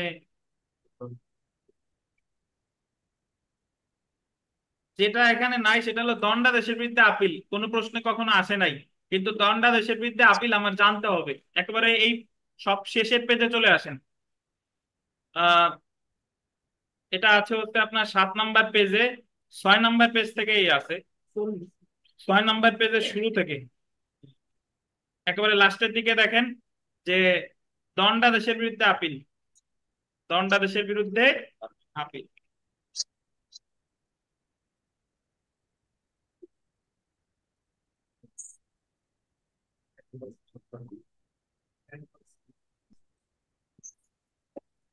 মাত্রা দিলে একটু বেশি হয়ে যায়। দেখেন বলবানি কোথায় কি আছে। দণ্ডাদেশের বিরুদ্ধে আপিল দেখেন যে দণ্ডাদেশের বিরুদ্ধে আপিল সম্পর্কে ফৌজদারি কার্যবিধির 407 থেকে 410 ধারা পর্যন্ত আলোচনা করা হয়েছে। দেখেন দণ্ডাদেশের বিরুদ্ধে কে আপিল করতে পারে, এটা এটা যদি আমরা দেখি, দণ্ডাদেশের বিরুদ্ধে দণ্ডিত ব্যক্তি আপিল করতে পারে। দণ্ডিত ব্যক্তি মানে হচ্ছে কে? তিনি হচ্ছে মামলার কি আসামি। আচ্ছা, এখন আমরা দেখি যে দণ্ডাদেশের বিরুদ্ধে যে আদালতে, বানানটা একটু ভুল আছে, রটা কেটে ল করে দেন, পাইছেন? ওই যে দণ্ডাদেশের বিরুদ্ধে যে আদালতে আপিল করা যায়, দণ্ডাদেশের বিরুদ্ধে 3টা আদালতে আপিল করা যায়। দেখেন, এক, চিফ জুডিশিয়াল ম্যাজিস্ট্রেট আদালত, কত ধারায়? 407 ধারায়। 2, দায়রা জজ বা মহানগর দায়রা জজ আদালত, কত ধারায়? 408 ধারায়। 3, হাইকোর্ট বিভাগ, ইনার আছে কত? 408 ও 410। তাহলে দণ্ডাদেশের বিরুদ্ধে আপিল করা যায় কয়টা আদালতে ভাই? 3টে আদালতে। চিফ জুডিশিয়াল ম্যাজিস্ট্রেট আদালত কত ধারা? 407। দায়রা জজ বা মহানগর দায়রা জজ কত ধারা? 408। হাইকোর্ট বিভাগ কত? 408 ও 410। তো আমরা চলে আসি প্রথমে যে দণ্ডাদেশের বিরুদ্ধে কখন চিফ জুডিশিয়াল ম্যাজিস্ট্রেট আদালতে আপিল করা যায়। দেখেন দণ্ডাদেশের বিরুদ্ধে যখন চিফ জুডিশিয়াল ম্যাজিস্ট্রেট আদালতে আপিল হয়, 407 ধারা অনুসারে আন্ডারলাইন করবেন, দ্বিতীয় বা তৃতীয় শ্রেণীর ম্যাজিস্ট্রেট কোন দণ্ড প্রদান করলে উক্ত দণ্ডের বিরুদ্ধে আপিল হবে চিফ জুডিশিয়াল ম্যাজিস্ট্রেট আদালতে। অর্থাৎ দ্বিতীয় শ্রেণীর ম্যাজিস্ট্রেট অথবা কোন শ্রেণীর ম্যাজিস্ট্রেট? তৃতীয় শ্রেণীর ম্যাজিস্ট্রেট যদি কোনো দণ্ড দেয়, ওনাদের এই দণ্ডাদেশের বিরুদ্ধে আপিল হবে কোথায়? Chief judicial magistrate. দেখেন যেহেতু মহানগর এলাকায় দ্বিতীয় বা তৃতীয় শ্রেণীর ম্যাজিস্ট্রেট নেই, তাই দণ্ডাদেশের ক্ষেত্রে চিফ মেট্রোপলিটন ম্যাজিস্ট্রেটের কোনো আপিল এখতিয়ার নেই। মহানগর এলাকায় তো দ্বিতীয় তৃতীয় শ্রেণীর ম্যাজিস্ট্রেট আছে নাই, সো মহানগর এলাকায় অ্যাকচুয়ালি চিফ মেট্রোপলিটন ম্যাজিস্ট্রেটের আপিল এখতিয়ার নাই, দণ্ডাদেশের ক্ষেত্রে আপিল এখতিয়ার নাই। তাহলে তামাদি মেয়াদ যদি আমরা দেখি, যে তামাদি আইন 1908-এর 154 অনুচ্ছেদ অনুসারে যে চিফ স্যারের কাছে, চিফ সিজিএম এর কাছে, চিফ জুডিশিয়াল ম্যাজিস্ট্রেটের কাছে আপিলের তামাদি মেয়াদ কয়দিন? 30 দিন। খুব সোজা কিন্তু, যে চিফ স্যারের কাছে আপিল করা যায় কোন কোন ম্যাজিস্ট্রেটের বিরুদ্ধে? দ্বিতীয় আর তৃতীয় শ্রেণীর ম্যাজিস্ট্রেট যদি দণ্ড দেয় তাহলে আপিল করা যাবে কার কাছে? চিফ স্যারের কাছে, চিফ জুডিশিয়াল ম্যাজিস্ট্রেটের কাছে। আচ্ছা, এখন আমরা চলে আসি যে মহা দণ্ডাদেশের বিরুদ্ধে যখন দায়রা জজ বা মহানগর দায়রা জজের নিকট আপিল, দেখেন 408 ধারা অনুসারে ওখানে বাদ ছিল তৃতীয় দণ্ড দিলে আপিল করলাম চিফ স্যারের কাছে, ওই জায়গায় বাদ আছে কে? প্রথম শ্রেণীর ম্যাজিস্ট্রেট। 408 ধারা অনুসারে প্রথম শ্রেণীর ম্যাজিস্ট্রেট বা মেট্রোপলিটন ম্যাজিস্ট্রেট কোনো দণ্ড দিলে বা যুগ্ম দায়রা জজ অনধিক কত 5 বছরের কারাদণ্ড দিলে উক্ত দণ্ডের বিরুদ্ধে আপিল হবে কার কাছে? দায়রা জজ বা মহানগর দায়রা জজের কাছে। অর্থাৎ প্রথম শ্রেণী হইলে দায়রা জজ, আর মেট্রোপলিটন ম্যাজিস্ট্রেট হইলে কি মহানগর দায়রা জজ, আর যুগ্ম দায়রা জজ যদি হয় 5 বছরের কম দিলে তাহলে দায়রা জজ, আর মহানগর যুগ্ম দায়রা জজ যদি হয় তাহলে মহানগর দায়রা জজের কাছে। ঠিক আছে, তাহলে আমার দায়রা জজের কাছে আপিল করা যাচ্ছে যদি ম্যাজিস্ট্রেট, কোন ম্যাজিস্ট্রেট? প্রথম শ্রেণী ম্যাজিস্ট্রেট। কতদিন? এটা যা দেখ না কেন। তো এছাড়া যুগ্ম দায়রা জজ যদি কতদিন দেয়? অনধিক 5 বছর। 5 বছর পর্যন্ত দিলে আপিল হবে কার কাছে? দায়রা জজের কাছে। কত দাঁড়ায়? 408। এখন আপনার মনে হইতে পারে যে একটা তো বাকি বাকি থেকে গেল, যে chief sir, chief judicial magistrate বা চিফ মেট্রোপলিটন ম্যাজিস্ট্রেট বা অতিরিক্ত চিফ জুডিশিয়াল ম্যাজিস্ট্রেট, ইনরা যদি কোনো দণ্ড দেয় তাহলে আমি আপিল কোথায় করব? আপিল কোথায় করব সেটা কিন্তু 408-এ, চিফ জুডিশিয়াল ম্যাজিস্ট্রেট দণ্ড দিলে আপিল কোথায় করবেন তা 408-এ বলা নাই। তাহলে দেখেন, দ্য সেশন জাজ বাইড অর্ডিন্যান্স নং এত 70 হয় বোধ, অর্ডিন্যান্স এটা 70, যেহেতু এল এর ডান সাইডে ডেটেড 1/12/1984 এর বিধান অনুসারে 29 গ ধারায় ক্ষমতাপ্রাপ্ত চিফ জুডিশিয়াল বা চিফ মেট্রোপলিটন ম্যাজিস্ট্রেট বা বিশেষ ম্যাজিস্ট্রেট 33 ক ধারায় 7 বছর কারাদণ্ড প্রদান করলেও উক্ত দণ্ডাদেশের বিরুদ্ধে আপিল হবে কোথায়? দায়রা জজ বা মহানগর দায়রা জজ। তাহলে একটা জিনিস দেখেন, যে চিফ জুডিশিয়াল ম্যাজিস্ট্রেট কোনো দণ্ড দিলে আপিল, সেটা চিফ স্যার যদি আপনার 5 বছরের বেশিও দেয়, উনি একজন চিফ জুডিশিয়াল ম্যাজিস্ট্রেট 33 ক ধারা অনুসারে সর্বোচ্চ দণ্ড দিতে পারে কত? 7 বছর। তো উনি 7 বছর দণ্ড দিলেও আপিল হবে কিন্তু কার কাছে? দায়রা জজের কাছে। কিন্তু কথা আছে ভাই, যদি যুগ্ম দায়রা জজ 5 বছরের বেশি দেয় তাহলে আপিল হাইকোর্টে। কিন্তু তাহলে একটা জিনিস এখানে পার্থক্য দেখেন, যে যুগ্ম দায়রা জজ 5 বছরের বেশি দিলে যাচ্ছে হাইকোর্টে, কিন্তু চিফ স্যার যদি 7 বছরও দেয় আপিল কার কাছে? দায়রা জজের কাছে। আর একটা জিনিস হচ্ছে, চিফ স্যারের দণ্ডাদেশের বিরুদ্ধে আপিল যে দায়রা জজের কাছে হবে, এটা কি 408-এ বলছে? এটা 408-এ বলেন, এটা একটা যে অর্ডিন্যান্সে বলছে। ঠিক আছে না, দেখেন আচ্ছা, উপরে বলতে ওইভাবে হিসাব করা যাবে না অনুপ সাহেব, দেখতে হবে কার দণ্ড প্রদানের কত ক্ষমতা আছে। দণ্ড প্রদানের দিক থেকে যুগ্ম দায়রা জজ সর্বোচ্চ 10 বছর দিতে পারে, কিন্তু চিফ স্যার দিতে পারে কত? 7 বছর। আবার আপনি যদি পদমর্যাদার দিক, চাকরির দিক থেকে দেখেন, চিফ স্যার হলো একজন এডিশনাল ডিস্ট্রিক্ট জাজ পদমর্যাদার, এডিশনাল সেশন জাজ বা এডিশনাল ডিস্ট্রিক্ট জাজ। মানে চিফ স্যার যদি দায়রা কোর্টে পদোন্নতি হতো, মানে উনি চাকরি করতো, তাহলে উনার পদবি হতো কি? অতিরিক্ত দায়রা জজ। আর এখানে আসলে কি? Chief judicial magistrate. তো যাই হোক, দেখেন সরকার বা দায়রা জজ নির্দেশ দিলে, আন্ডারলাইন করেন, অতিরিক্ত দায়রা জজ দণ্ডাদেশের বিরুদ্ধে আপিল এখতিয়ার প্রয়োগ করতে পারে। এই জায়গায় একটু লেখা বাদ থেকে গেছে, ব্র্যাকেটে লেখেন 409 ধারায়। তার মানে অতিরিক্ত দায়রা জজেরও আপিল এখতিয়ার আছে। কত ধারায়? 409 ধারায় হস্তান্তর করলে। জি, মানে উনি সরকার বা দায়রা জজ যদি নির্দেশ দেয় যে আপনি এই আপিল শুনবেন, তাহলে উনারও আপিল এখতিয়ার আছে। কত ধারায়? 409 ধারায়। তামাদি মেয়াদ দেখেন, আপনি গোপালগঞ্জে চিফ স্যারের কাছে করেন বা দায়রা জজের কাছে করেন, অলওয়েজ তামাদি মেয়াদ 30 দিন। এই 30 দিন ওই তামাদি আইনের কত অনুচ্ছেদ? 154 অনুচ্ছেদ। তামাদি আইনের 154 অনুচ্ছেদ। তাহলে হিসাব কিন্তু সোজা ভাই। যদি চিফ স্যারের কাছে আপিল এখতিয়ার, চিফ জুডিশিয়াল ম্যাজিস্ট্রেটের আপিল এখতিয়ার 407, কোন কোন ম্যাজিস্ট্রেট? দ্বিতীয় বা তৃতীয়। আর দায়রা জজের আপিল এখতিয়ার 408, কোন ম্যাজিস্ট্রেট? প্রথম শ্রেণীর ম্যাজিস্ট্রেট দণ্ড দিলে, অথবা যুগ্ম দায়রা জজ যদি কত? 5 বছর।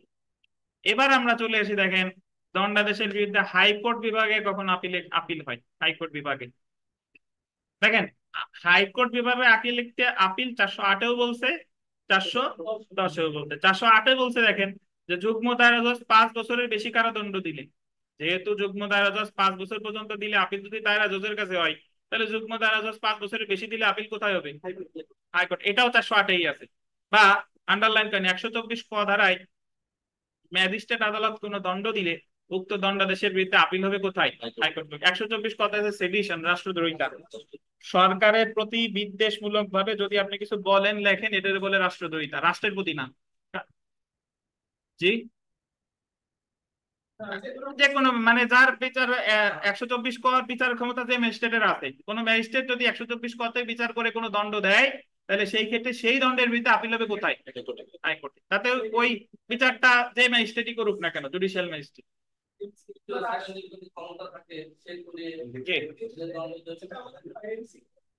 জি, আচ্ছা দেখেন তাহলে যে এখন তাহলে হাইকোর্ট বিভাগে আপিল করা যাচ্ছে 408-এ যদি যুগ্ম দায়রা জজ 5 বছরের বেশি দেয়। আবার 124 ক ধারায় ম্যাজিস্ট্রেট আদালত যদি দণ্ড দেয়, তাহলেও আপিল হবে কোথায়? হাইকোর্ট বিভাগে। এবার আসি 410 ধারায়। দেখেন 410 ধারায় বলতেছে যে দায়রা জজ বা অতিরিক্ত দায়রা জজ কোনো আপিলযোগ্য দণ্ড দিলে, এটা আপিলযোগ্য কেন লিখলাম? কারণ দায়রা জজ তো আপনার যদি 1 মাসের কারাদণ্ড দেয়, তাহলে ওটাকে আপিলযোগ্য বলেন? এটা তো আপিলযোগ্য না। তাহলে দায়রা জজ বা অতিরিক্ত দায়রা জজ যদি আপিলযোগ্য কোনো দণ্ড দেয়, তাহলে সেই দণ্ডাদেশের বিরুদ্ধে আপিল হবে কোথায়? হাইকোর্ট বিভাগে। আপিল হবে হাইকোর্ট বিভাগে। আর হাইকোর্ট বিভাগে আপিলের তামাদি মেয়াদ কিন্তু কতদিন? 60 দিন। এটা তামাদি আইনের কত অনুচ্ছেদ? 155। আপনি একটু গুলাই ফেলবেন সামনে গিয়ে যে দেওয়ানি মামলার ক্ষেত্রে জেলা জজের 30 দিন, হাইকোর্টের 90 দিন। আর ফৌজদারির ক্ষেত্রে জেলা জজের মানে দায়রা জজ বা ম্যাজিস্ট্রেট আদালত 30 দিন, আর হাইকোর্টে দণ্ডাদেশের ক্ষেত্রে কত দিন? 60 দিন, 155 অনুচ্ছেদ। তাহলে একটু যদি আপনি এটা কিন্তু মোটামুটি মুখস্থ করার কিছু নাই। যদি দণ্ডাদেশের বিরুদ্ধে কিছু আসে, যে দণ্ডাদেশের বিরুদ্ধে আপিল করে আসামি, দণ্ডাদেশের বিরুদ্ধে আপিল এখতিয়ার আছে কার কার? চিফ জুডিশিয়াল ম্যাজিস্ট্রেট, দায়রা জজ, হাইকোর্ট বিভাগ। চিফ স্যারের আপিল এখতিয়ার 407, দায়রা জজের আপিল এখতিয়ার 408, আর হাইকোর্ট বিভাগের আপিল এখতিয়ার 408, 410। এর মাঝে সিপাই পড়ে গেছে অতিরিক্ত দায়রা জজ, ওনার আপিল এখতিয়ার কত? 409। পারবেন না ইনশাল্লাহ বলতে? আচ্ছা, এখন এটা আমার জানার কেন দরকার? কারণ এটা যদিও কোনো পরীক্ষায় আসে নাই, কিন্তু অপর্যাপ্ত দণ্ডাদেশের বিরুদ্ধে আপিলের সময় এটা আমার জানতে হবে। নাইলে আবার অপর্যাপ্ত দণ্ডাদেশের বিরুদ্ধে আপিল করে ভেজাল হয়ে যাবে।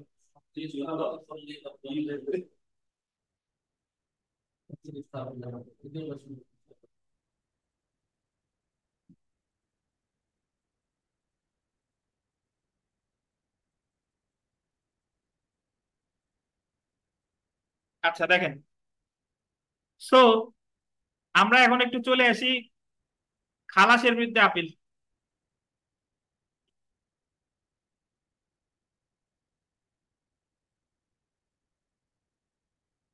3 নাম্বার পেজে দেখেন নিচে খ পাইছেন? খালাস আদেশের বিরুদ্ধে আপিল। ফৌজদারি কার্যবিধির গোল দিবেন 417 ধারায়। কত ধারায়? খালাস আদেশের বিরুদ্ধে আপিলের বিধান আছে। তাহলে দণ্ডাদেশের বিরুদ্ধে আমরা মাত্র করলাম, আপিলের বিধান আছে কত কততে? 7 থেকে 10। 407 থেকে 10। আর খালাস আদেশের বিরুদ্ধে আপিলের বিধান আছে কততে? 417। এখন দণ্ডাদেশের বিরুদ্ধে আপিল করতো কে? আসামি। খালাসের বিরুদ্ধে আপিল করবে কে? মামলা করছে যে, আর রাষ্ট্রপক্ষ হলে পিপি। তাহলে নালিশকারী অথবা কে? পিপি। দণ্ডাদেশের বিরুদ্ধে আপিল করা যেত কয়টা আদালতে? 3টা আদালতে, চিফ জুডিশিয়াল ম্যাজিস্ট্রেট, দায়রা জজ, হাইকোর্ট বিভাগ। আর এই জায়গায় খালাসের বিরুদ্ধে আপিল আছে 2টা আদালতে। এক হলো হাইকোর্ট বিভাগ, আর একটা আছে কে? দায়রা জজ আদালত। হাইকোর্ট বিভাগ আর কে? দায়রা জজ আদালত। দেখেন যে না, খালাস আদেশের বিরুদ্ধে যে আদালতে আপিল করা যায়, খালাস আদেশের বিরুদ্ধে নিম্নলিখিত আদালতে আপিল দায়ের করা যায় হাইকোর্ট বিভাগে। দেখেন, দায়রা আদালত কর্তৃক প্রদত্ত খালাস আদেশের বিরুদ্ধে আপিল করতে হবে হাইকোর্ট বিভাগ। এটা খুব সোজা, আপনি একটু মাঝে কনফিউজ হওয়ার কোনো অবকাশ নাই। এইভাবে চিন্তা, দায়রা আদালত খালাস দিলে, দায়রা আদালত বলতে কারে বোঝায়? দায়রা জজ, অতিরিক্ত দায়রা জজ, যুগ্ম দায়রা জজ। এই 3 জজ যদি কোনো মামলায় খালাস দেয়, তাহলে সেই খালাসের বিরুদ্ধে আপিল হবে কোথায়? হাইকোর্ট। ঠিক আছে, এবার দেখেন দায়রা জজের নিকট আপিল। যে কোনো ম্যাজিস্ট্রেট আদালত কর্তৃক প্রদত্ত খালাস আদেশের বিরুদ্ধে আপিল দায়ের করতে হবে কার কাছে? দায়রা জজ। তাতে হোক সে দ্বিতীয় তৃতীয় প্রথম যাই হোক না কেন, বা চিফ স্যারও যদি খালাস দেয়, আপিল কার কাছে? দায়রা জজের কাছে। তাহলে ম্যাজিস্ট্রেট আদালত খালাস দিলে আপিল কার কাছে? দায়রা জজের কাছে। আর দায়রা আদালত খালাস দিলে আপিল কার কাছে? যদি যুগ্ম দায়রা জজ খালাস দেয়, হাইকোর্ট। ঠিক আছে। আচ্ছা, এখন দেখেন, যে খালাস আদেশের বিরুদ্ধে আপিল করতে পারে, 1 নাম্বার পাবলিক প্রসিকিউটর 417 এক ধারা। 2 নাম্বার কি? অভিযোগকারী 417 কয় ধারা? 2 ধারা। তাহলে আমরা প্রথমে দেখি যে পাবলিক প্রসিকিউটর কখন আপিল করতে পারে। পাবলিক প্রসিকিউটর কর্তৃক খালাস আদেশের বিরুদ্ধে আপিল দেয়, এটা আমি একটু বলে দিই। পাবলিক প্রসিকিউটর জিআর মামলা হোক, সিআর মামলা হোক, মূল মামলায় খালাস হোক, আপিলে খালাস হোক, যে কোনো মামলায় খালাস আদেশ এর বিরুদ্ধে পাবলিক প্রসিকিউটর আপিল করতে পারে। আমি একটু যদি এইভাবে উদাহরণ দিয়ে বোঝাই, মূল মামলায় খালাস, আপিলে খালাস। মূল মামলায় খালাস কারে বলে? ধরেন একটা জিআর মামলায় যদি প্রথম শ্রেণীর ম্যাজিস্ট্রেট যদি কাউরে খালাস দেয়, তাহলে জিআর মামলা পিপি আপিল করবে কোথায়? প্রথম শ্রেণী ম্যাজিস্ট্রেট খালাস দিলে দায়রা জজের কাছে। দায়রা জজ, এটা হলো মূল মামলায় খালাস। দায়রা জজ ধরেন আপিলে খালাস বহাল রাখছে, তাহলে এটা হলো আপিলে খালাস। এই খালাসের বিরুদ্ধে যেটা দায়রা জজ খালাস দিছে, পিপি আপিল করবে কোথায়? হাইকোর্ট। তার মানে পিপি মূল মামলায় খালাস দিলেও আপিল করতে পারে, আবার কি আপিলে খালাস দিলেও আপিল করতে পারে। তার মানে খালাসের ক্ষেত্রে পিপি দ্বিতীয় আপিল করতে পারে। দেখেন, ফৌজদারি কার্যবিধি 417 ধারা মতে যে কোনো মামলায় জিআর বা সিআর সরকার পাবলিক প্রসিকিউটরকে আপিল দায়ের করার নির্দেশ দিতে পারে। যে কোনো দায়রা আদালত কর্তৃক, এইটা আন্ডারলাইন করেন, মূল মামলায় প্রদত্ত খালাস আদেশের বিরুদ্ধে, মানে দায়রা আদালত যদি খালাস দেয় কি মামলায়? মূল মামলায়। বা আপিলে প্রদত্ত খালাস আদেশের বিরুদ্ধে, অথবা যদি সে খালাসটা দেয় কখন? আপিলে। বা যে কোনো ম্যাজিস্ট্রেট কর্তৃক মূল মামলায় প্রদত্ত খালাস আদেশের বিরুদ্ধে, মানে সরি, দায়রা জজ যদি মূল মামলায় খালাস দেয় বা আপিলে খালাস দেয়, তাহলে আপিল হবে কার কাছে? হাইকোর্টে। এতে লেখা আছে হাইকোর্টে। আর যদি ম্যাজিস্ট্রেট কর্তৃক মূল মামলায় খালাস দেখ অথবা আপিলে খালাস দিক, তাহলে সেই ক্ষেত্রে আপিল হবে কার কাছে? দায়রা জজের কাছে। এখন আপনার কাছে মনে হইতে পারে যে ম্যাজিস্ট্রেট আবার আপিলে খালাস দেয় কেমনে? আমি একটু বোঝাই, এইভাবে চিন্তা করেন। ম্যাজিস্ট্রেট ধরেন দ্বিতীয় শ্রেণীর ম্যাজিস্ট্রেট দণ্ড দিছে, এই দণ্ডের বিরুদ্ধে আসামি আপিল করে কোথায়? চিফ স্যারের কাছে। চিফ স্যার ধরেন আসামিরে খালাস দিছে, তাহলে এই খালাসটা হলো আপিলে খালাস দিল, চিফ স্যার খালাস দিছে, তাহলে এই খালাসের বিরুদ্ধে পিপি আপিল করবে কোথায়? দায়রা জজের কাছে। বুঝতে পারছেন? তো ম্যাজিস্ট্রেট মূল মামলায় খালাস দেয় আর আপিলে খালাস দেয়, এর বিরুদ্ধে পিপি যদি আপিল করে তাহলে দায়রা জজ। আর দায়রা আদালত মূল মামলায় খালাস দেয় অথবা আপিলে খালাস দেয়, পিপি আপিল করবে কোথায়? হাইকোর্টে। আচ্ছা, এখন তামাদি মেয়াদ দেখেন। তামাদি মেয়াদ খালাসের ক্ষেত্রে এই এই পিপি যেখানেই আপিল করুক না কেন, তামাদি মেয়াদ হচ্ছে 6 মাস। খালাসের ক্ষেত্রে পিপি দায়রা জজের কাছে যাক অথবা কোথায় যাক, হাইকোর্টে যাক, এই ক্ষেত্রে তামাদি মেয়াদ কতদিন বলেন? তো আপনি বুঝলে খুব ইজি, আর না বুঝলে কিন্তু মাথায় দিয়ে খেলা করে বেরোবে। আর এতকাল আমরা যদি প্রিলি দীর্ঘদিন যাবৎ পড়ছি, বোঝা কিন্তু আপনার উচিত। এটা আপনার সহজ কথা। খালাসের ক্ষেত্রে আপিল করতে পারে 2 জন, আপিল করা যায় 2টা আদালতে। ম্যাজিস্ট্রেট খালাস দিলে কোথায়? দায়রা জজ আদালতে। দায়রা আদালত খালাস দিলে হাইকোর্টে। পিপি আপিল করলে, পিপি সকল মামলায় আপিল করতে পারে, মূল মামলায় খালাস হোক, আপিলে খালাস হোক। পিপি আপিল করলেই তামাদি মেয়াদ কতদিন? 6 মাস। আচ্ছা, একটু দাঁড়ান। হ্যাঁ, আসসালামু আলাইকুম।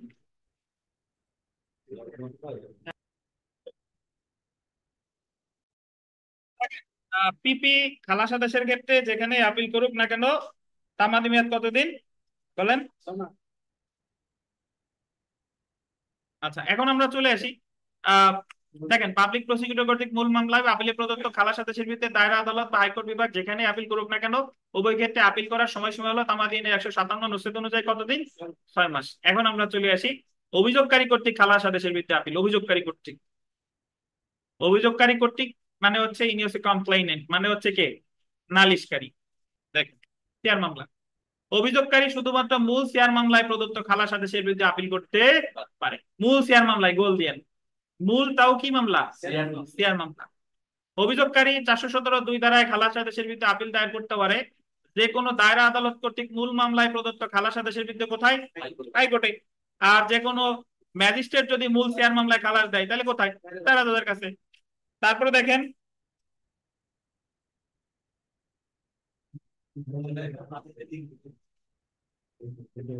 দেখেন এখানে বিশেষভাবে উল্লেখ্য যে অভিযোগকারী শুধুমাত্র নালিশি মামলায় বা শেয়ার মামলায় প্রদত্ত খালাস আদেশের বিরুদ্ধে আপিল দায়ের করতে পারে।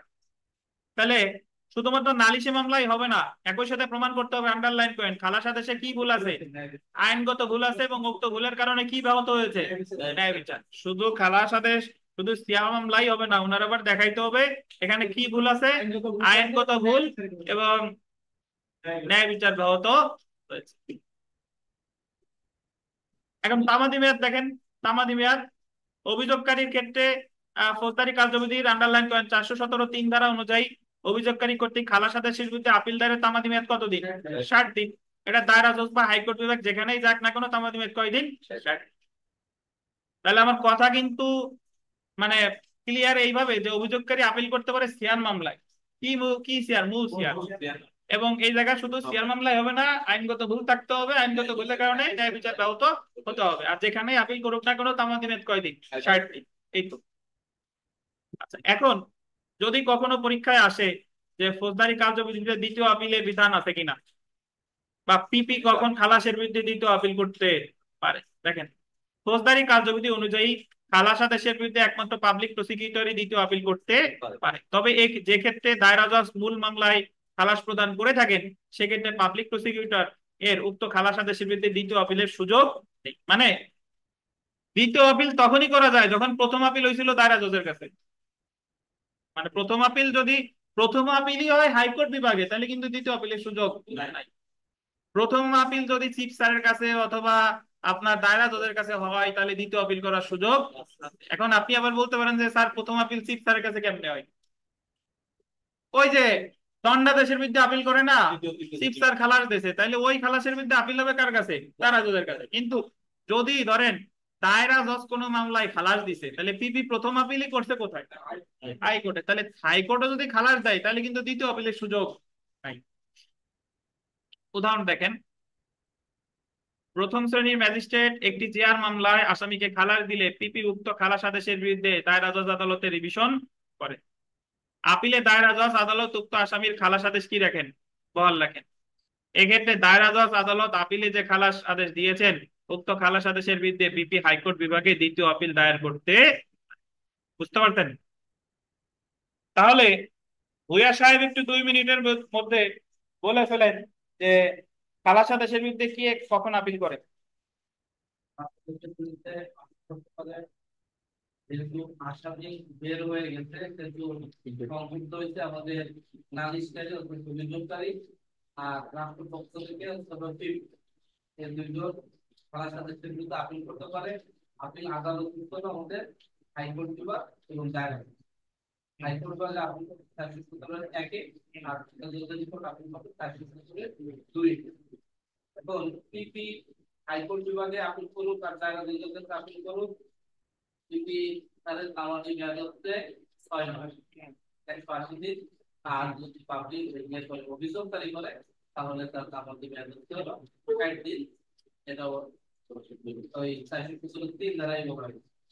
আর স্যার এটারে পিপি খালাস আদেশের বিরুদ্ধে আপিল করতে পারবে, অর্থাৎ মূল মামলায় আপিল করতে পারবে এবং আপিলের প্রদত্ত খালাস আদেশের বিরুদ্ধে আপিল করতে পারবে। আর নালিশকারী শুধুমাত্র মূল মামলায় খালাস আদেশের বিরুদ্ধে আপিল করতে পারবে। এছাড়া এই খালাস আদেশের বিরুদ্ধে একমাত্র দ্বিতীয় আপিলের যে বিধানটা আছে এটা পাবলিক প্রসিকিউটরই প্রয়োগ করতে পারবে। এটা শেয়ার মামলা আর শেয়ার। ধন্যবাদ। শেয়ার মামলায় সমগ্র পক্ষে আপনার আপিল করার ওখানে কিন্তু পাবলিক প্রসিকিউটর করে পিপিলি দিতে পারে 6 মাস করছে। আর যদি এমনি কেটে সাধারণ পিপিলি দেবে তাহলে 2 মাস।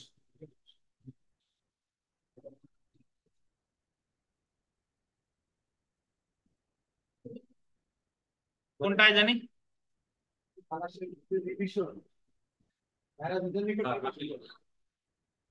প্রথম শ্রেণী ম্যাজিস্ট্রেট একটি জিআর মামলায় আসামিকে খালাস দিল, পিপি তো খালাস আদেশের বিরুদ্ধে দায়রা জজ আদালত এটা আপিল হবে, রিভিশন হয়ে গেছে। জি ধন্যবাদ। আপিল লেখেন।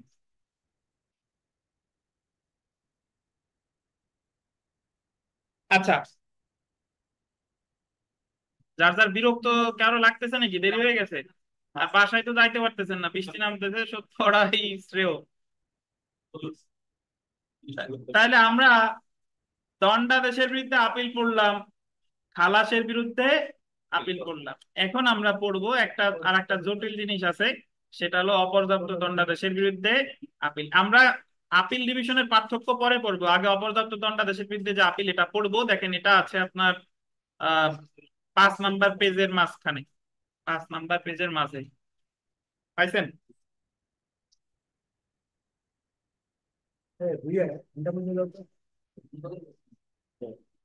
দেখেন অপর্যাপ্ত দণ্ডাদেশের বিরুদ্ধে আপিল।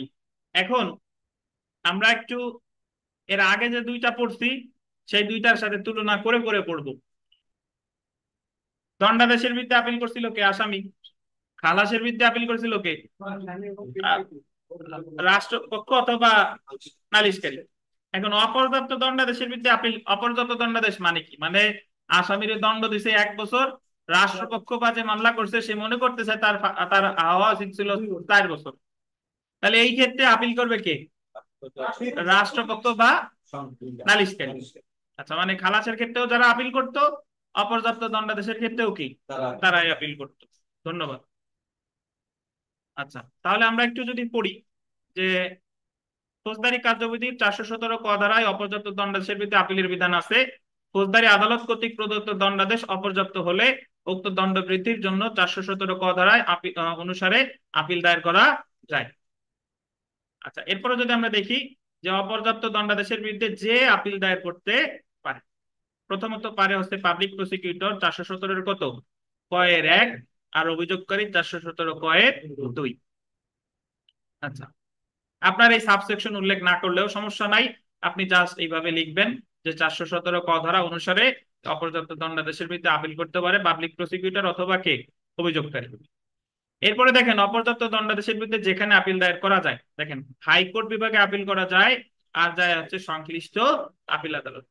এখন এই সংশ্লিষ্ট আপিল আদালতের কারণে হচ্ছে আপনাদের আগে দণ্ডাদেশটা বোঝায় আসছে।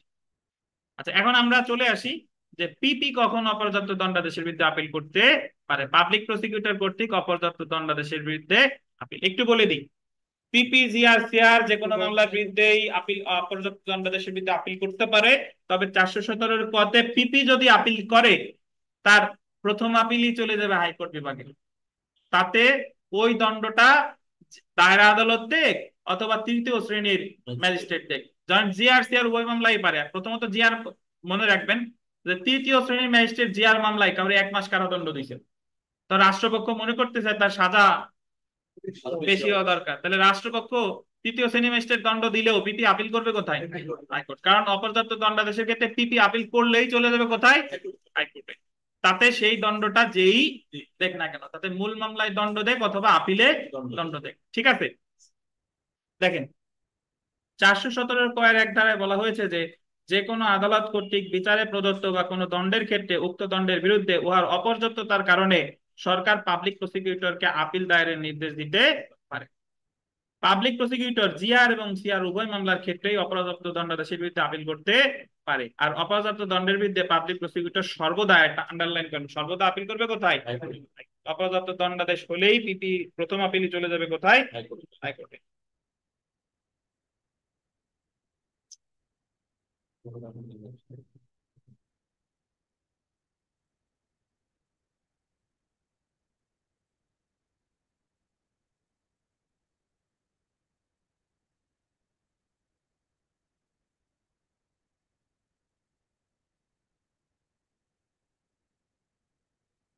আচ্ছা, দেখেন তামাদি মেয়াদ, দেখেন তামাদি মেয়াদ পাবলিক প্রসিকিউটর অপর্যাপ্ত দণ্ডাদেশের বিরুদ্ধে আপিল দায়ের করতে পারে তামাদি আইনের 155 অনুচ্ছেদ অনুসারে কতদিন? 60 দিন। সো আপনি মনে রাখবেন যে অপর্যাপ্ত দণ্ডাদেশের বিরুদ্ধে আপিল করলেই কয়দিন?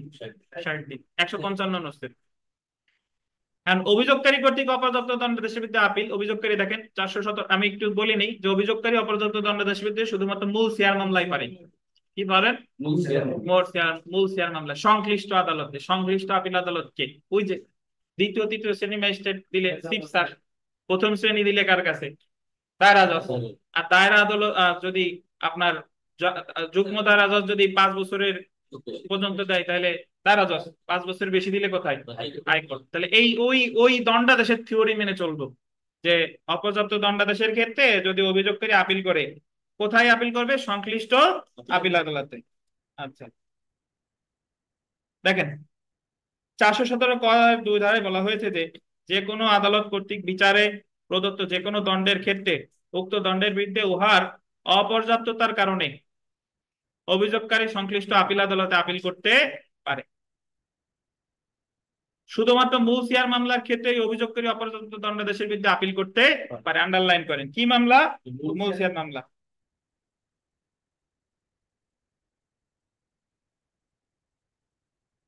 দেখেন তামাদি মেয়াদ,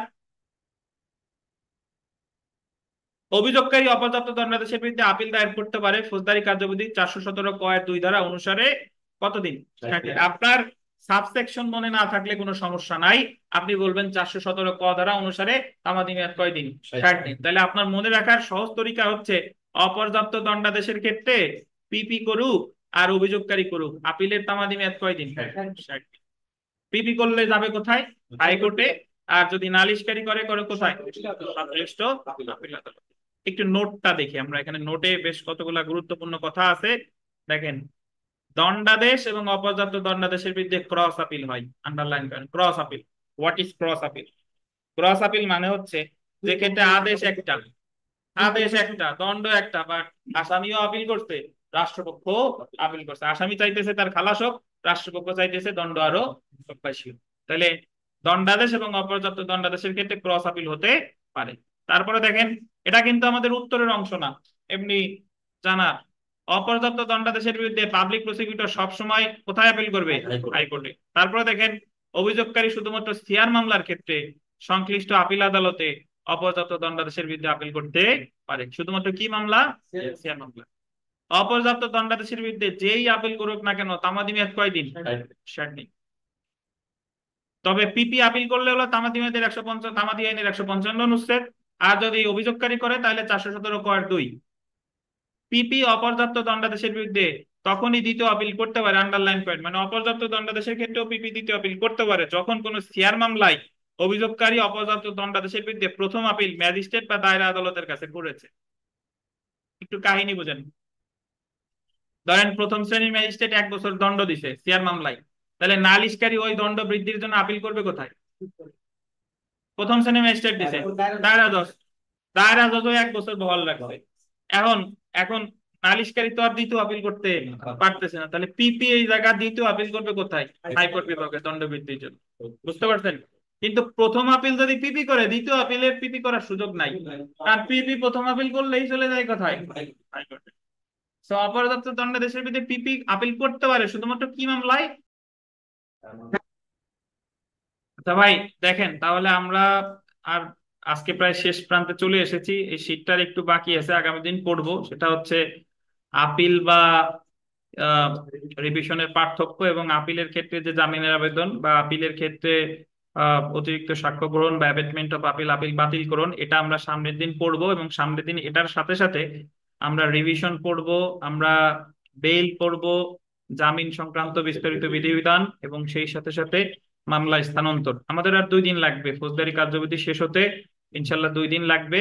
আপনাদের সবার জ্ঞাতার্থে বলে দিই যে আমাদের এই শনিবারে কোনো পরীক্ষা নাই, কিন্তু এই শনিবারের সামনের শনিবার, মানে যে শনিবার আসতেছে তার নেক্সট স্যাটারডেতে আমাদের পরীক্ষা 100 মার্কের দেওয়ানি কার্যবিধির প্রশ্ন 7 থেকে বাকি যতগুলো আছে সবগুলা, 7 থেকে সবগুলা, আর সুনির্দিষ্ট প্রতিকার আইনের 5 থেকে সবগুলা, 5 থেকে সবগুলা। তো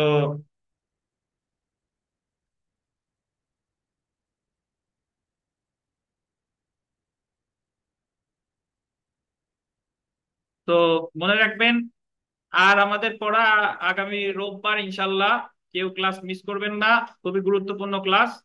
আর চেষ্টা করবেন সবাই পরীক্ষা দেওয়ার। আপনারা অনেকেই পরীক্ষা দিয়েছেন, অনলাইনের লাস্ট টাইম যে পরীক্ষা দিয়েছেন খাতাগুলো দেখতে পারি নাই, তো আশা করি দেখে ফেলবো। আর অন্যান্য যারা আছেন সবাই পার্টিসিপেট করবেন। আজকে এতটুকুই। যদি কোনো প্রশ্ন আপনাদের জিজ্ঞাসা করার থাকে প্রশ্ন করতে পারেন।